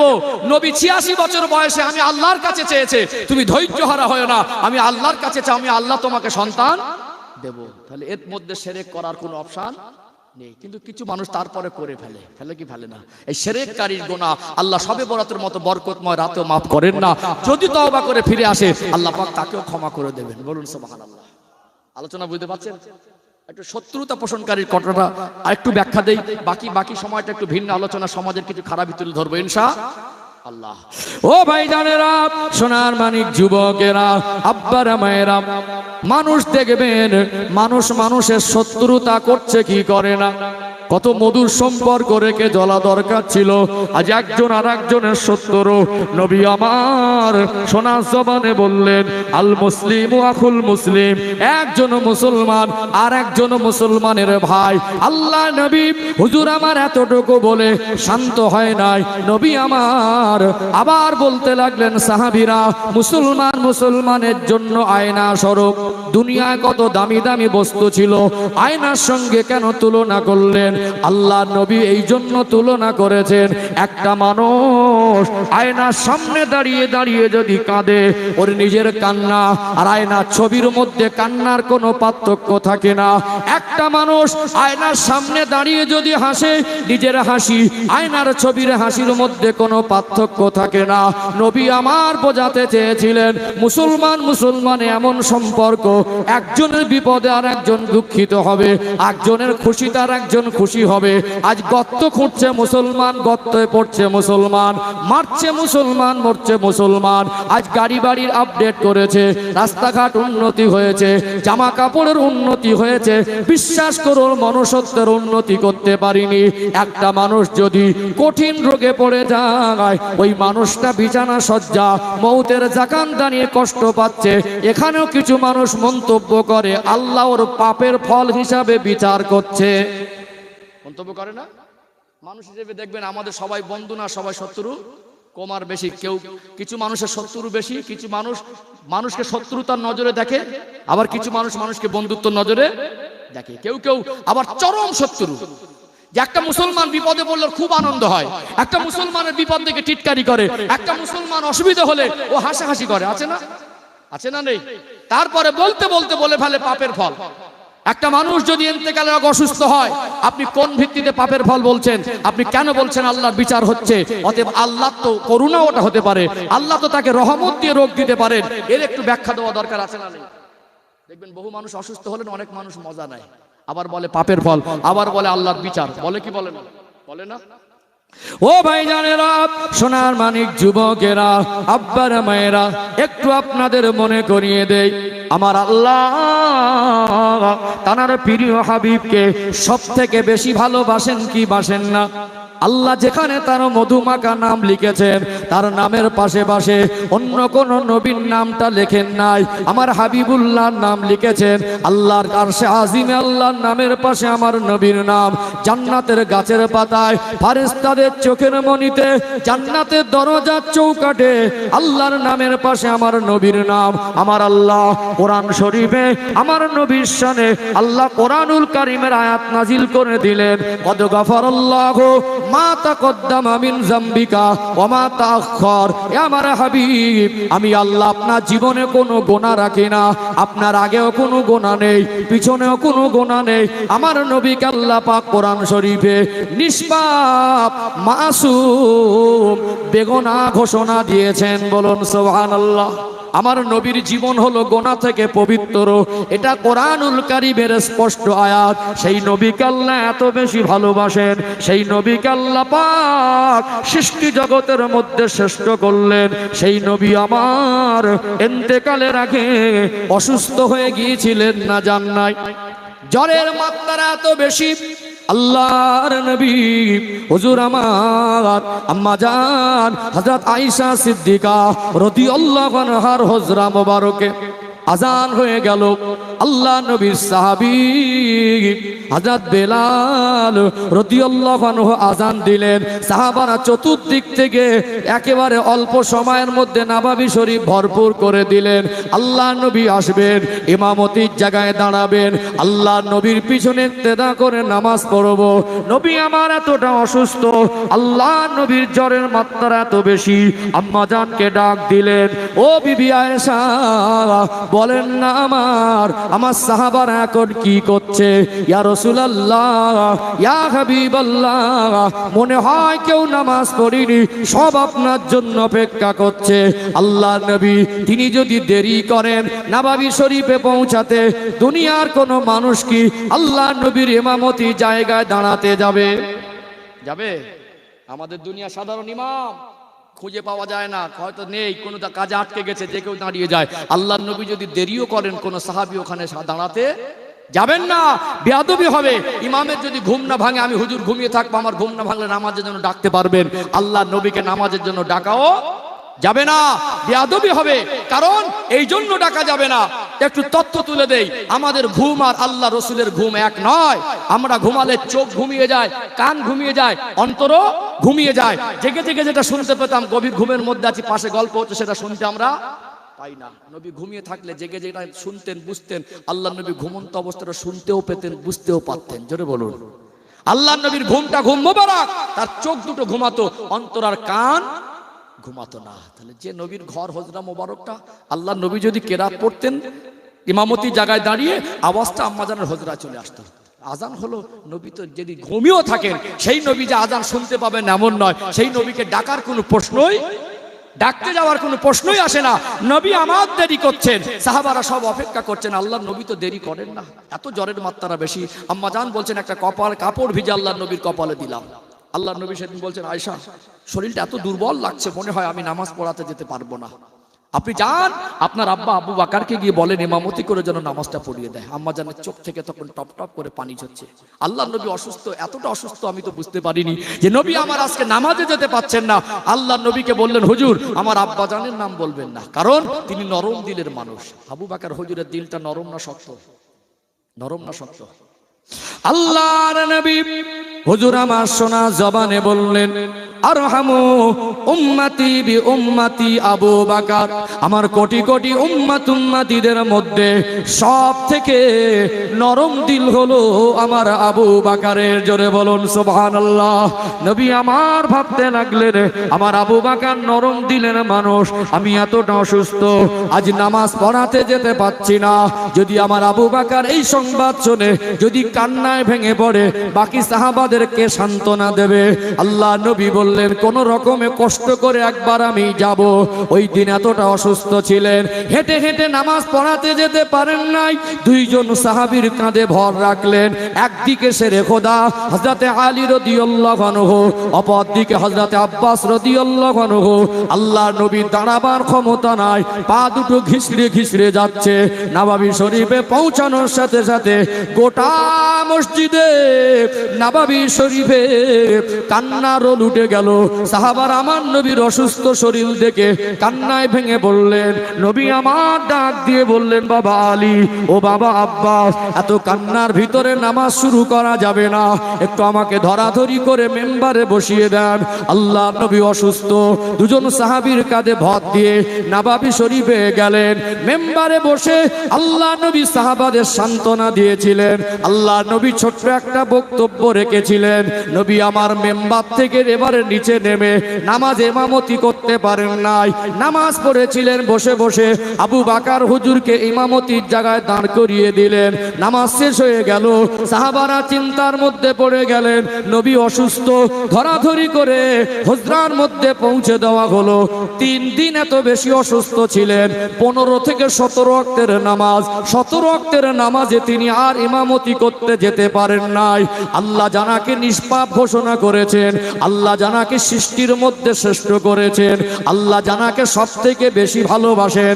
সেই প্যারা হাবিব अगर मोहम्मद सल्लल्लाहु अलैहि वसल्लम ना होता कुछ भी ना होता, আমার নবীকে আল্লাহ না বানালে কুল কায়নাত বানাতেন না।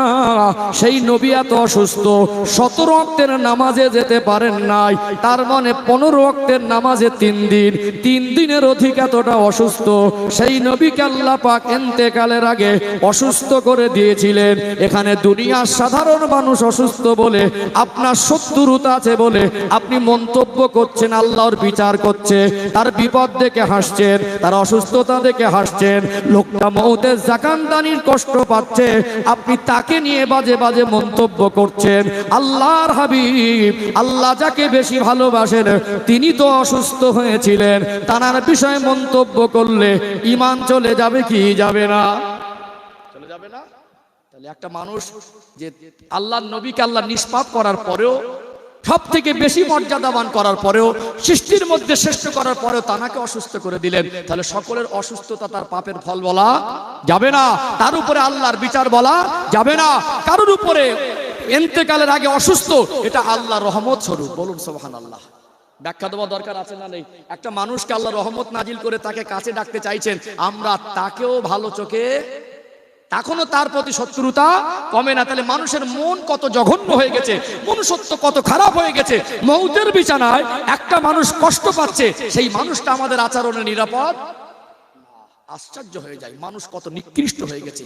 আল্লাহ নবী সাল্লাল্লাহু আলাইহি সাল্লাম তিনি কেউ অসুস্থতার কথা শুনলে সাহাবীদের বাড়ি হেঁটে দেখতে চলে যেতেন। জোরে বলুন সুবহানাল্লাহ। আমাদের দেখতে যাওয়া দরকার ছিল। সম্মানিত ভাইরা, আমরা কি করি? বাজে মন্তব্য করি, আমরা বাজে মন্তব্য করি। একটুখানি আপনাদের এই ব্যাখ্যাটা দেই, আপনারা জ্ঞানী শিক্ষিত মানুষ, বলুন তো, হঠাৎ করে মরলো আর পড়লো আর মরলো, এটা কি খুব ভালো মরণ মনে হয়? কিছু মানুষ জীবনে একটা সময় গোনা করে, আমাদের গোনা আছে না নেই? আছে না নেই? আল্লাহ একটা রোগে ফেলে দেয়, বান্দা এবার কি করে? আল্লাহ বিপদে পড়েছে, আল্লাহ আমাকে ক্ষমা করে দেন। যখন বুঝতে পারে আমি আর বাঁচবো না, তখন আল্লাহর কাছে কাঁদতে সুবিধা হয় কি হয় না? চোখের পানি বারবার আল্লাহর কাছে কাঁদে, আল্লাহ আমাকে ক্ষমা করে দেন, আল্লাহ আমার গুনাহ মাফ করে দেন। আল্লাহর কাছে তওবা করার সুযোগ পায়। আল্লাহ তওবার দরজা উন্মুক্ত করে রেখেছেন। বলুন সুবহানাল্লাহ। তাকে আল্লাহ কাছে করে নিতে চাইছেন, পবিত্র করে রাখতে চাইছেন, জান্নাতের হকদার করবেন বলে তাকে আল্লাহ একটু সিগন্যাল দিয়ে দিয়েছেন। এটা আল্লাহর রহমত নয়? হ্যাঁ। আবার আত্মীয় স্বজন একটা বান্দার হকের গোনা, কঠিন গোনা, ডেকে বলে, কচি আমি তোদের কষ্ট দিয়েছি, দুনিয়াবি ক্ষেত্রে হয়তো আমার দ্বারা তোরা কষ্ট পেয়েছি, মাফ করে দে। এই সুযোগটুকু পায় কি পায় না? বহু মানুষ অসুস্থ হয়েও মরণের সময় ইমানের কলেমা পড়তে পড়তেই মরেছে। ও বলেছে আমাকে ওজুর পানি এনে দে, আমার হয়তো বেশিক্ষণ আর মনে হচ্ছে আমি বাঁচবো না। উজু করেছে, সুষ্ঠুভাবে ইশারায় নামাজ পড়েছে, তাকে বহুবার কলেমা পড়িয়েছে, কলেমা স্পষ্ট পড়েছে। তার মরণটা একটা সময় সে পাপ করেছে, কিন্তু মরণটা ইমানের মৌত নসিব হয়েছে। বলুন সুবহানাল্লাহ। একটা মানুষের প্রতি আল্লাহ দয়া হলো, আল্লাহ অসুস্থ করে দিলেন, তাকে ইমানের মৌত দিলেন, তাকে ক্ষমা চাওয়ার অপশন করে দিলেন। সেখানে আমরা, আমাদের মনুষ্যত্ব এত খারাপ হয়ে গেছে, সেখানে আমরা তাদেরকে ছেড়ে কথা। মনে রাখবেন, আমার আপনার মৌত কিভাবে হবে আমরা জানি না। আল্লাহ ভালো জানেন। আল্লাহর কাছে সব সময় দোয়া করি, আল্লাহ আমাদের মরণটা ঈমানদারের হালাতে আল্লাহ ঈমান আমলের সঙ্গে বাঁচিয়ে রাখেন, ঈমানের সঙ্গে মৌত নসিব করেন। বলেন আল্লাহুম্মা আমিন। আমার মরণ কিভাবে হবে জানি? হঠাৎ করে পড়লো আর মরলো, উজু করেছিল কিনা জানে না, কবে কলেমা ছিল পড়েছিল ওর মনে নেই, কবে উজু করেছিল ওর মনে নেই, মসজিদেও যায় না, পড়লো আর মরলো, বলো খুব ভালো মরণ হয়েছে। মরণটা ওই মরণ উত্তম মরণ। দুনিয়া একটা মরণ যদি উত্তম মরণ হয়, ওটা হলো শাহাদাতের মরণ, জোরে বলুন। দ্বিতীয় উত্তম মরণ হলো ঈমানের কলেমা নসিব হওয়ার মরণ, জোরে বলুন। আমরা একটা মানুষকে আল্লাহ সুযোগ করে দেয়, তাকে আমরা মন্তব্য করতে, তাহলে শত্রুতা একটা মানুষ আল্লাহর রহমতের মধ্যে আছে, তাকে আমরা শত্রুতা করি। আল্লাহর ভালোবাসার মধ্যে ডুবে আছে, তাকে আমরা শত্রুতা করি। অতএব কারোর বিপদ দেখে হাসবেন না। আল্লাহ আপনাকে কি বিপদে ফেলে দিতে পারেন সেটা আপনি নিজেও জানেন না। এত জঘন্য একটা গুনাহ, এত জঘন্য একটা পাপ। আল্লাহ নবী সাল্লাল্লাহু আলাইহি সাল্লাম বলছেন, এই শবে বরাতের রাতে শত্রুতা পোষণকারীর গুনাহকে আল্লাহ ক্ষমা করবেন না। আল্লাহ আমাদের অন্তরটাকে পরিষ্কার করার তৌফিক দান করেন। বলেন আল্লাহুম্মা আমিন। আল্লাহ চেহারা দেখে বিচার করবেন। বেলাল রাদিয়াল্লাহু আনহুর চেহারা কালো না পরিষ্কার? অনেক কালো মানুষ, কিন্তু ফেস কাটি ভালো। বক্সের যে কালার ওই রকম কালো, হাফসি দেশের মানুষগুলোকে দেখেছি ওই রকম কালো। তিনি হাঁটলে তার পায়ের আওয়াজ আল্লাহ জান্নাতে শুনতে পাওয়া যেত, জোরে বলবেন না?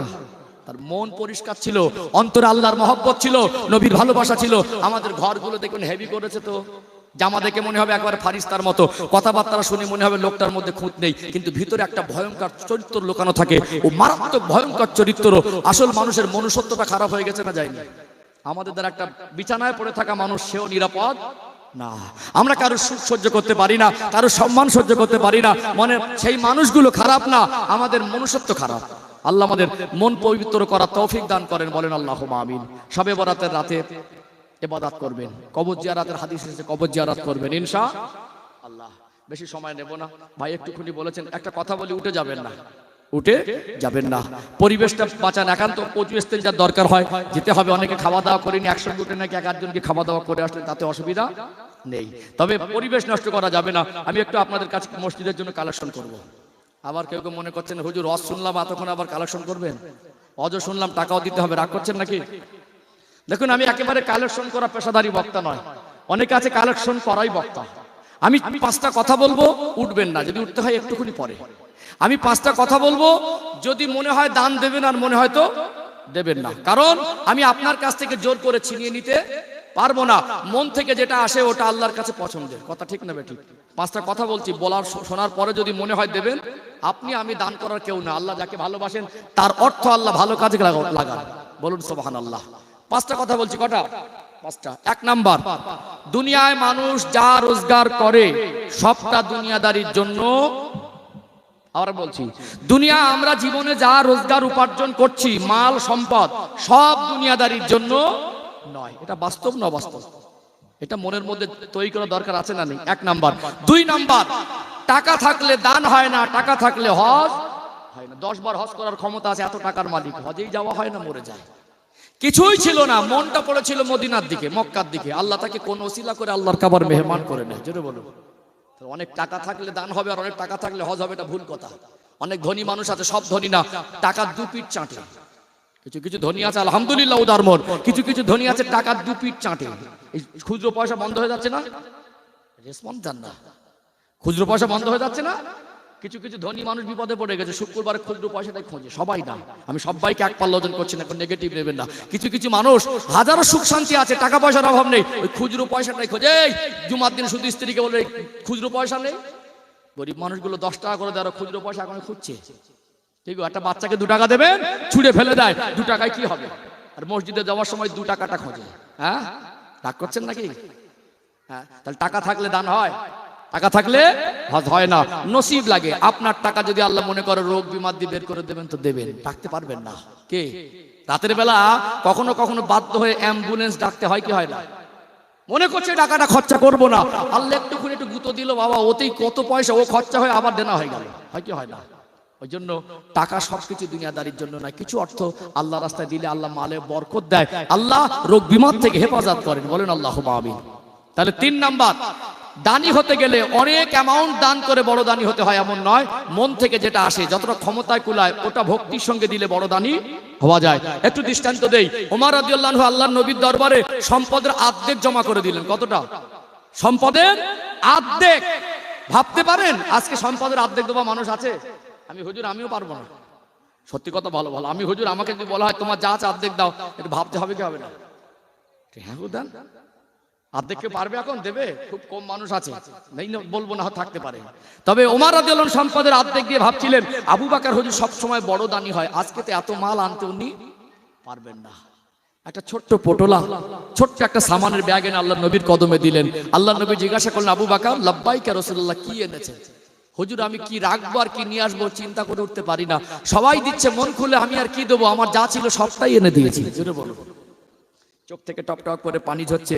ওমর হুজুর বলছেন আমি মাল বেশি দিয়েছি, আবু বকর হুজুরের থেকে বড় দানি হতে পারিনি। আপনার ক্ষমতা 200 টাকা দেওয়ার, আপনি 2 লাখ দেবেন কোথা থেকে? 20,000 দেবেন কোথা থেকে? আপনার ক্ষমতা 2000 দেওয়ার, আপনি 2 লাখ দেওয়ার তো ক্ষমতা নেই। যতটুকু আমি পারি, আমার ভাইয়ের বেশি আছে সে বেশি দেবে, আমার ভাই ইনকাম করে রোজগার করে তার আছে সে 2000 দিক, আমার আছে আমি 2000 না পারি 200 দেবো, 200 না পারি 20 টাকাও তো দেবো। পারবো না এরকম অপশন আছে নাকি? হ্যাঁ দেন না, পারবো তো নাকি? তাহলে মন থেকে আমার ক্ষমতার সাধ্যের মধ্যে যদি ভক্তি ভরে দেই, ওই 20 টাকাটাও আল্লাহর কাছে কবুল হলে ওটা অনেক বড়। কি বুঝলেন? ওটা অনেক। তবে আল্লাহ যাকে যেমন দিয়েছেন তাকে তার থেকে তেমন বেশি আশাটা ভালো। আল্লাহ তাকে দিচ্ছেন, আল্লাহ দিলে আরো বরকত দেবে। কথা ঠিক না বেঠিক? তাহলে টাকা থাকলে দান হয় না, টাকা থাকলে হজ হয় না। যা রোজগারকারী সব দুনিয়াদারির জন্য নয়। আর বড় দানি হতে গেলে কি করতে হয়? অনেক দান করে বড় দানি হওয়া যায় না, মন থেকে দিলে ওটাই বড় দানি হওয়া যায়। মনে রাখবেন। 4 নাম্বার বলছি, জীবনে মানুষ ওয়াদা খেলাপ করে, মানুষ মানুষের কাছে ঠকে, মানুষ মানুষকে ঠকায়। আল্লাহর বান্দা এত মধুর সম্পর্ক, বান্দা আল্লাহর কাছে ঠকে না। বান্দা আল্লাহর কাছে দুনিয়ায় 3টে পুরস্কার দেবেন দানের বিনিময়। আল্লাহ তার সম্মান ইজ্জত বাড়াবেন, আল্লাহ তার মালে বরকত দেবেন, আর রোগ বিমার থেকে হেফাজত করবেন। হলো 4 নাম্বার। 5 নাম্বার, একটা কামরা ঘর নিজে করতে পারেননি, আব্বা মা করে দিয়ে গেছে। 100 জায়গা নিজে কিনতে পারেননি, আব্বা মা সব রেখে গেছে। আছে না নেই?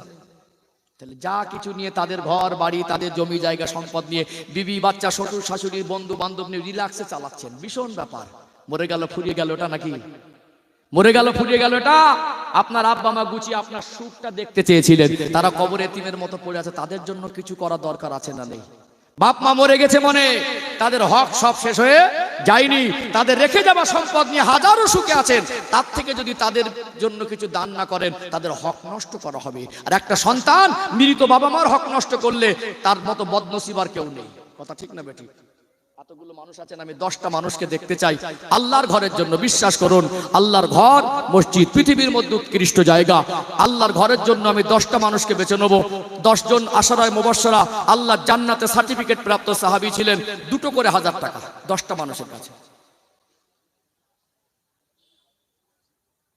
আসেন তো একটু মোসাফা করি। আসেন, আমি আমার হাতে হাত দিয়ে আপনারা ধন্য নয়, আপনাদের এই 10টা মানুষকে আমি দেখে নিই, আপনাদের হাতে হাত দিয়ে আমি ধন্য। কারণ এই 10টা মানুষকে আল্লাহ যেন কবুল করেন। কি এতগুলো মানুষের ভিতরে আমার 10 জন মানুষ।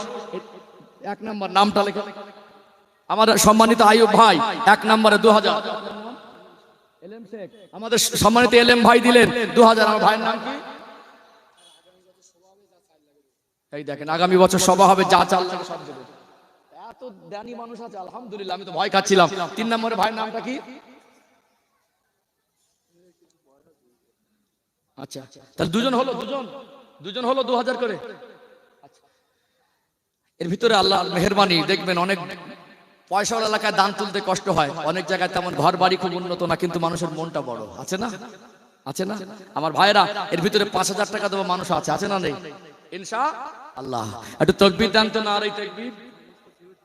এই দেখেন আমাদের ভাইয়ের নাম কি? আমাদের সম্মানিত সাহেব আলী ভাই 6 বস্তা সিমেন্ট, আবার নগদ 300 টাকা। একটু তাকবীর দেন তো, নারে তাকবীর। এই দেখেন, টাকাও দেবো না, তাকবীরও দেবো না, দোয়াও দেবো না। কেমন লাগে? খিদে লেগেছে নাকি? ঘুম লাগারও তো কথা না। একটু আওয়াজ দেন, নারে তাকবীর। আর একটু প্রাণ ভরে নারে তাকবীর, নারে তাকবীর। দাতাগণ বলুন জিন্দাবাদ, আলাউলাদ বলেন জিন্দাবাদ, ওর মাই মুরব্বি বলেন জিন্দাবাদ। নারে তাকবীর, নারে তাকবীর। আল্লাহ কান কবুল করেন, আল্লাহ রুজি রোজগারে বরকত দেবেন। দয়াময় যতদিন বাঁচিয়ে রাখবেন আল্লাহ রুজির কষ্ট দেবেন না। আল্লাহ একদিকে কষ্ট মেহনতের পয়সা, অপর দিকে আপনার হাবিবের ভালোবাসা, আল্লাহ আপনার ঘরকে ভালোবেসেছে। আল্লাহ এনাদের সকলের মনের নিয়তকে কবুল করে নিন, বলুন আল্লাহুম্মা আমিন। মাশাআল্লাহ মাশাআল্লাহ, আমার নামই নাম, আমার রবিউল শেখ। রবিউল ভাই কই? রবিউল ভাই আপনি? অন্য একজনা দেখলেন, তিনি দেখলেন নগদে 5,000 টাকা দিলেন। একটা আওয়াজ দেন তো, নারী তাকবীর। দুর্গাপুর নাকি? বাইলানি দুর্গাপুর। একটা আওয়াজ দেন তো, নারী তাকবীর। জোরে হয় না নারী তাকবীর? বুঝতে পেরেছি আপনারা চালাক, আমার একটু খাটতে হবে নাকি? হ্যাঁ, আমার একটু খাটতে হবে। জোরে একবার তাকবীর হবে ইনশাআল্লাহ। দেখেছেন 2000 আশা করেছিলাম, চলে আসলো কত? 5,000। আরো আসবে ইনশাআল্লাহ। বলেন ইনশাআল্লাহ। একটা আওয়াজ দেন নারী তাকবীর। আজকে মাহফিলের দাতাগণ বলুন জিন্দাবাদ। সম্মানিত রবিউল ভাই 5,000 টাকা, জোরে বলেন মারহাবা, চিল্লে বলেন মারহাবা। নারী তাকবীর, নারী তাকবীর, নারী তাকবীর। দাতাগণ বলুন জিন্দাবাদ, আলাউলাদ বলেন জিন্দাবাদ। মায় মুরব্বিকে আল্লাহ জান্নাত নসিব করেন, বলেন আল্লাহুম্মা আমিন। একটু হাত তোলেন, আল্লাহুম্মা আমিন। রব্বানা যালামনা আনফুসানা ওয়া ইল্লাম তাগফির লানা ওয়া তারহামনা লানাকুনান্না মিনাল খাসিরিন। আল্লাহ আপনার বান্দাদের মনটা বড় উদার। আল্লাহ আমি এখানে এসে একটু হাত পেতেছি আপনার ঘরের জন্য। আমার রবিউল ভাই দিলেন 5,000, আর দুজন ভাই দিলেন 2,000 করে, এক ভাই দিলেন 300 টাকা, 6 বস্তা সিমেন্ট। আল্লাহ আমার ভাই বলে দিলেন আগামী বছরে তাবারকের জন্য যত চাল লাগে দেবেন। আল্লাহ পাক এদের দানগুলোকে কবুল ও মঞ্জুর করে নিন। আল্লাহ আমার ভাইদের অভাব দেবেন না আল্লাহ। আল্লাহ হয়তো সেইভাবে ধনী সম্পদশালী কোটিপতি না, আল্লাহ এদের মনটা বড় উদার। আল্লাহ আপনি আসমান থেকে রহমত বরকতের দরওয়াজা উন্মুক্ত করে দিন। আল্লাহ জীবনে রুজির কষ্ট দেবেন না, অর্থের অভাব দেবেন না। অর্থের অভাবে যেন জীবনের কারোর কাছে হাত পাততে না হয়। বিবি বাচ্চা পরিবারের সবাইকে নিয়ে শান্তি জীবন কাটাবার মতো তৌফিক দিন। আল্লাহ যেমন দিলেন তেমন দিন, ওই সংসারে উন্নতি দিন। আসমানে জমিনে বালা দেবেন না, সুগার, ক্যান্সার, টিউমার, ডায়াবেটিস, কঠিন কঠিন রোগ দেবেন না।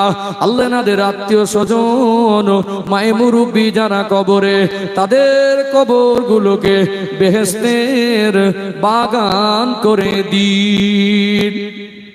ও দয়াময় আল্লাহ, হাসরের ময়দানে যদি মানুষ পানি পানি করে পেরেশান হয়ে যাবে, আল্লাহ আপনার ঘরকে ভালোবেসেছে, আপনাকে ভালোবাসে। আল্লাহ সেই দিন আমার নবীর হাতের হাউজে কাউসারের পানি যেন নসিব হয়ে যায়। আল্লাহ মরণের আগে আমার ভাইদেরকে দিদারে কাবা শরীফ, মদিনা শরীফ সবাইকে যাওয়ার মতো তৌফিক দিন। লা ইলাহা ইল্লাল্লাহু মুহাম্মাদুর রাসূলুল্লাহ সাল্লাল্লাহু আলাইহি ওয়াসাল্লাম। আল্লাহু আকবার। আল্লাহ কবুল করেন, আল্লাহ বরকত দেন।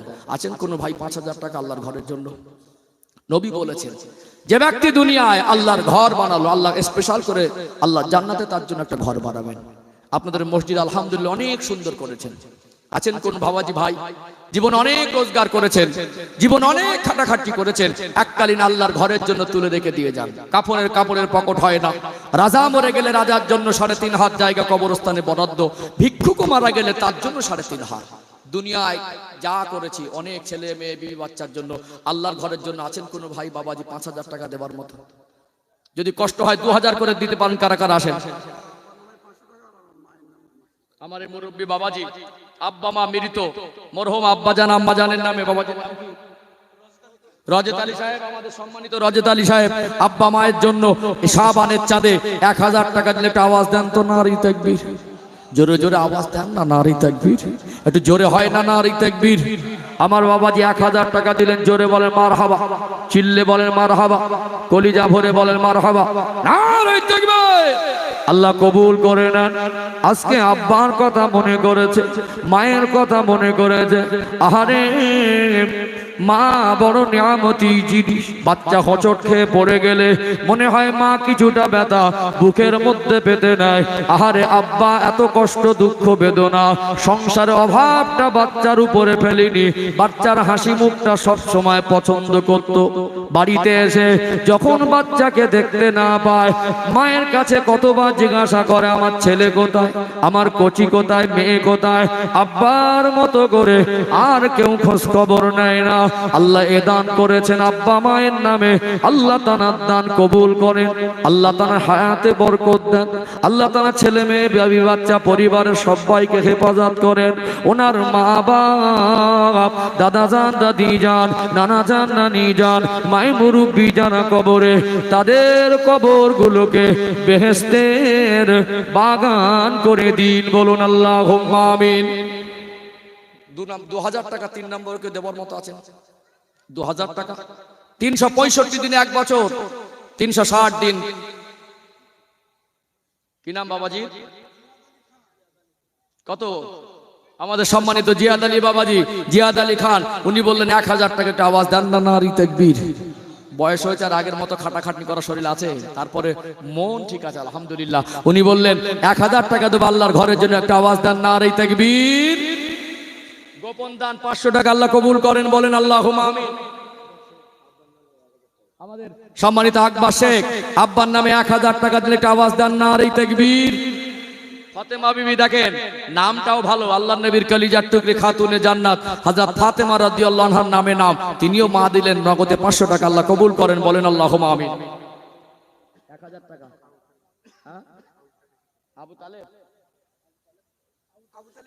আবু তালেক শেখ 1000 টাকা একটা আওয়াজ দেন নারী তাকবীর।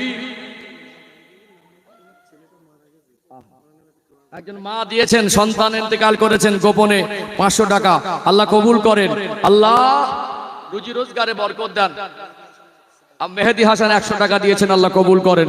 উঠবেন না ভাই, ভাইজান হুজুর এসে যাবেন অল্প সময়ের মধ্যে, একটুখানি কিছু মানুষ দিচ্ছে। দেখেন আমার টাকা যদি আল্লাহ ভালোবেসে দিনের কাজে কবুল করেন তো আমার নসিব, তাই তো নাকি? টাকা তো জীবনে অনেক রোজগার করতে হবে, অনেক খরচা করতে হবে, অনেক টাকা আমাদের জীবনে রোজগার করেছি, নিজে হাতে খরচা করেছি। তবে আল্লাহ প্রত্যেকটা মানুষকে জিজ্ঞাসা করবেন কোন রাস্তায় আয় করেছিলে আর কোন রাস্তায় ব্যয় করেছিলে। একটু আওয়াজ দেন নারী তাকবীর। দাতাগণ বলুন জিন্দাবাদ, জোরে বলেন জিন্দাবাদ। আল্লাহ কবুল করেন, বলেন আল্লাহুম্মা আমিন। আমাদের ভাই দিলেন নগদে 500 টাকা, আল্লাহ কবুল করেন, বলেন আল্লাহুম্মা আমিন। আল্লাহ কবুল করুন, কবুল করুন। মনের কামনা আল্লাহ খানায় কাবা না দেখায় মওত দেবেন না। আল্লাহ এনাদের মনের আশা পূরণ করে দিন। আল্লাহ বিপদ মুসিবত থেকে হেফাজত করেন, সকলের সংসারে শান্তি বরকত নসিব করে দেন, বলেন আল্লাহুম্মা আমিন।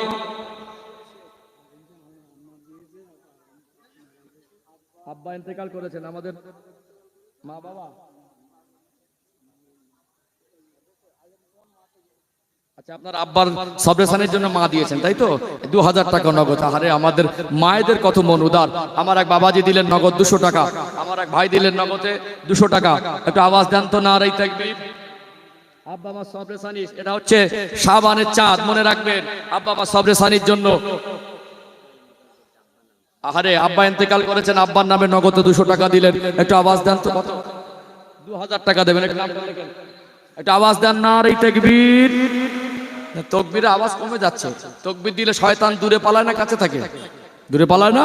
একটা আওয়াজ দেন নারী তাকবীর, নারী তাকবীর, নারী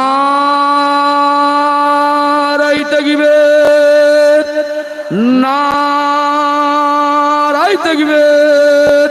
দাতাগণ বলুন জিন্দাবাদ, আলাউলাদ বলেন জিন্দাবাদ। আল্লাহ কবুল করেন, বলেন আল্লাহুম্মা আমিন, বলেন আল্লাহুম্মা আমিন। আল্লাহ কবুল করেন। অনেক উদার মন, দানি ব্যক্তি থাকে, দানি ব্যক্তি থাকে। তবে মনে রাখবেন টাকা কিন্তু কবরে নিয়ে যেতে পারবেন না, এইটুকু মনে রাখবেন। আল্লাহ যদি আপনার কষ্টের টাকা দিনের কাজে কবুল করেন আপনার নসিব। আপনাদের উদার মন না থাকলে এত সুন্দর করে মসজিদ করা সম্ভব হতো না। আল্লাহ আপনার শাহী দরবারে দোয়া করি, এই শাবানের চাঁদ অনেকে আব্বা জানে সন্তানের জন্য দোয়া চেয়েছেন, অনেকে মায়ের জন্য দোয়া চেয়েছেন, অনেকে স্বামীর জন্য দোয়া চেয়েছেন। আল্লাহ আমার দুজন ভাই, আল্লাহ আমার এক মা 2000 করে দিলেন, 500 100 200 যে যা দিলেন, আল্লাহ সকলের দানকে কবুল ও মঞ্জুর করে নিন। আল্লাহ রুজির কষ্ট দেবেন না, বালা মুসিবত দেবেন না। আল্লাহ সম্মান ইজ্জতকে বাড়িয়ে দিন। আল্লাহ সংসারে আসমানে জমিনে বালা থেকে হেফাজত করেন। আল্লাহ এনাদের মা বাপ, দাদা যান, দাদি যান, আল্লাহ কারো বা স্বামী তারা কবর জগতে কি হালাতে আছে জানি না, মাটির নিচে কবরের জগতে আল্লাহ আপনি কষ্ট দেবেন না। অন্ধকার কবরকে বেহেশতি নূর দিয়ে গুলজার করে দিন।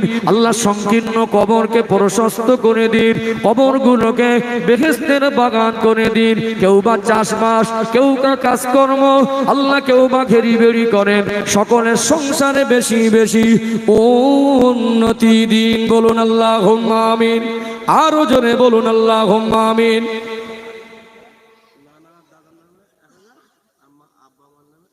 দেখেন আমাদের আরিফুল ভাই, আরে আমাদের আরিফুল খা নানা দাদার নামে 1000 আর আব্বা মার নামে 1000। এইরকম পরিবেশ বাঁচাতে হবে। এগুলো মা বোনরা দিয়েছে।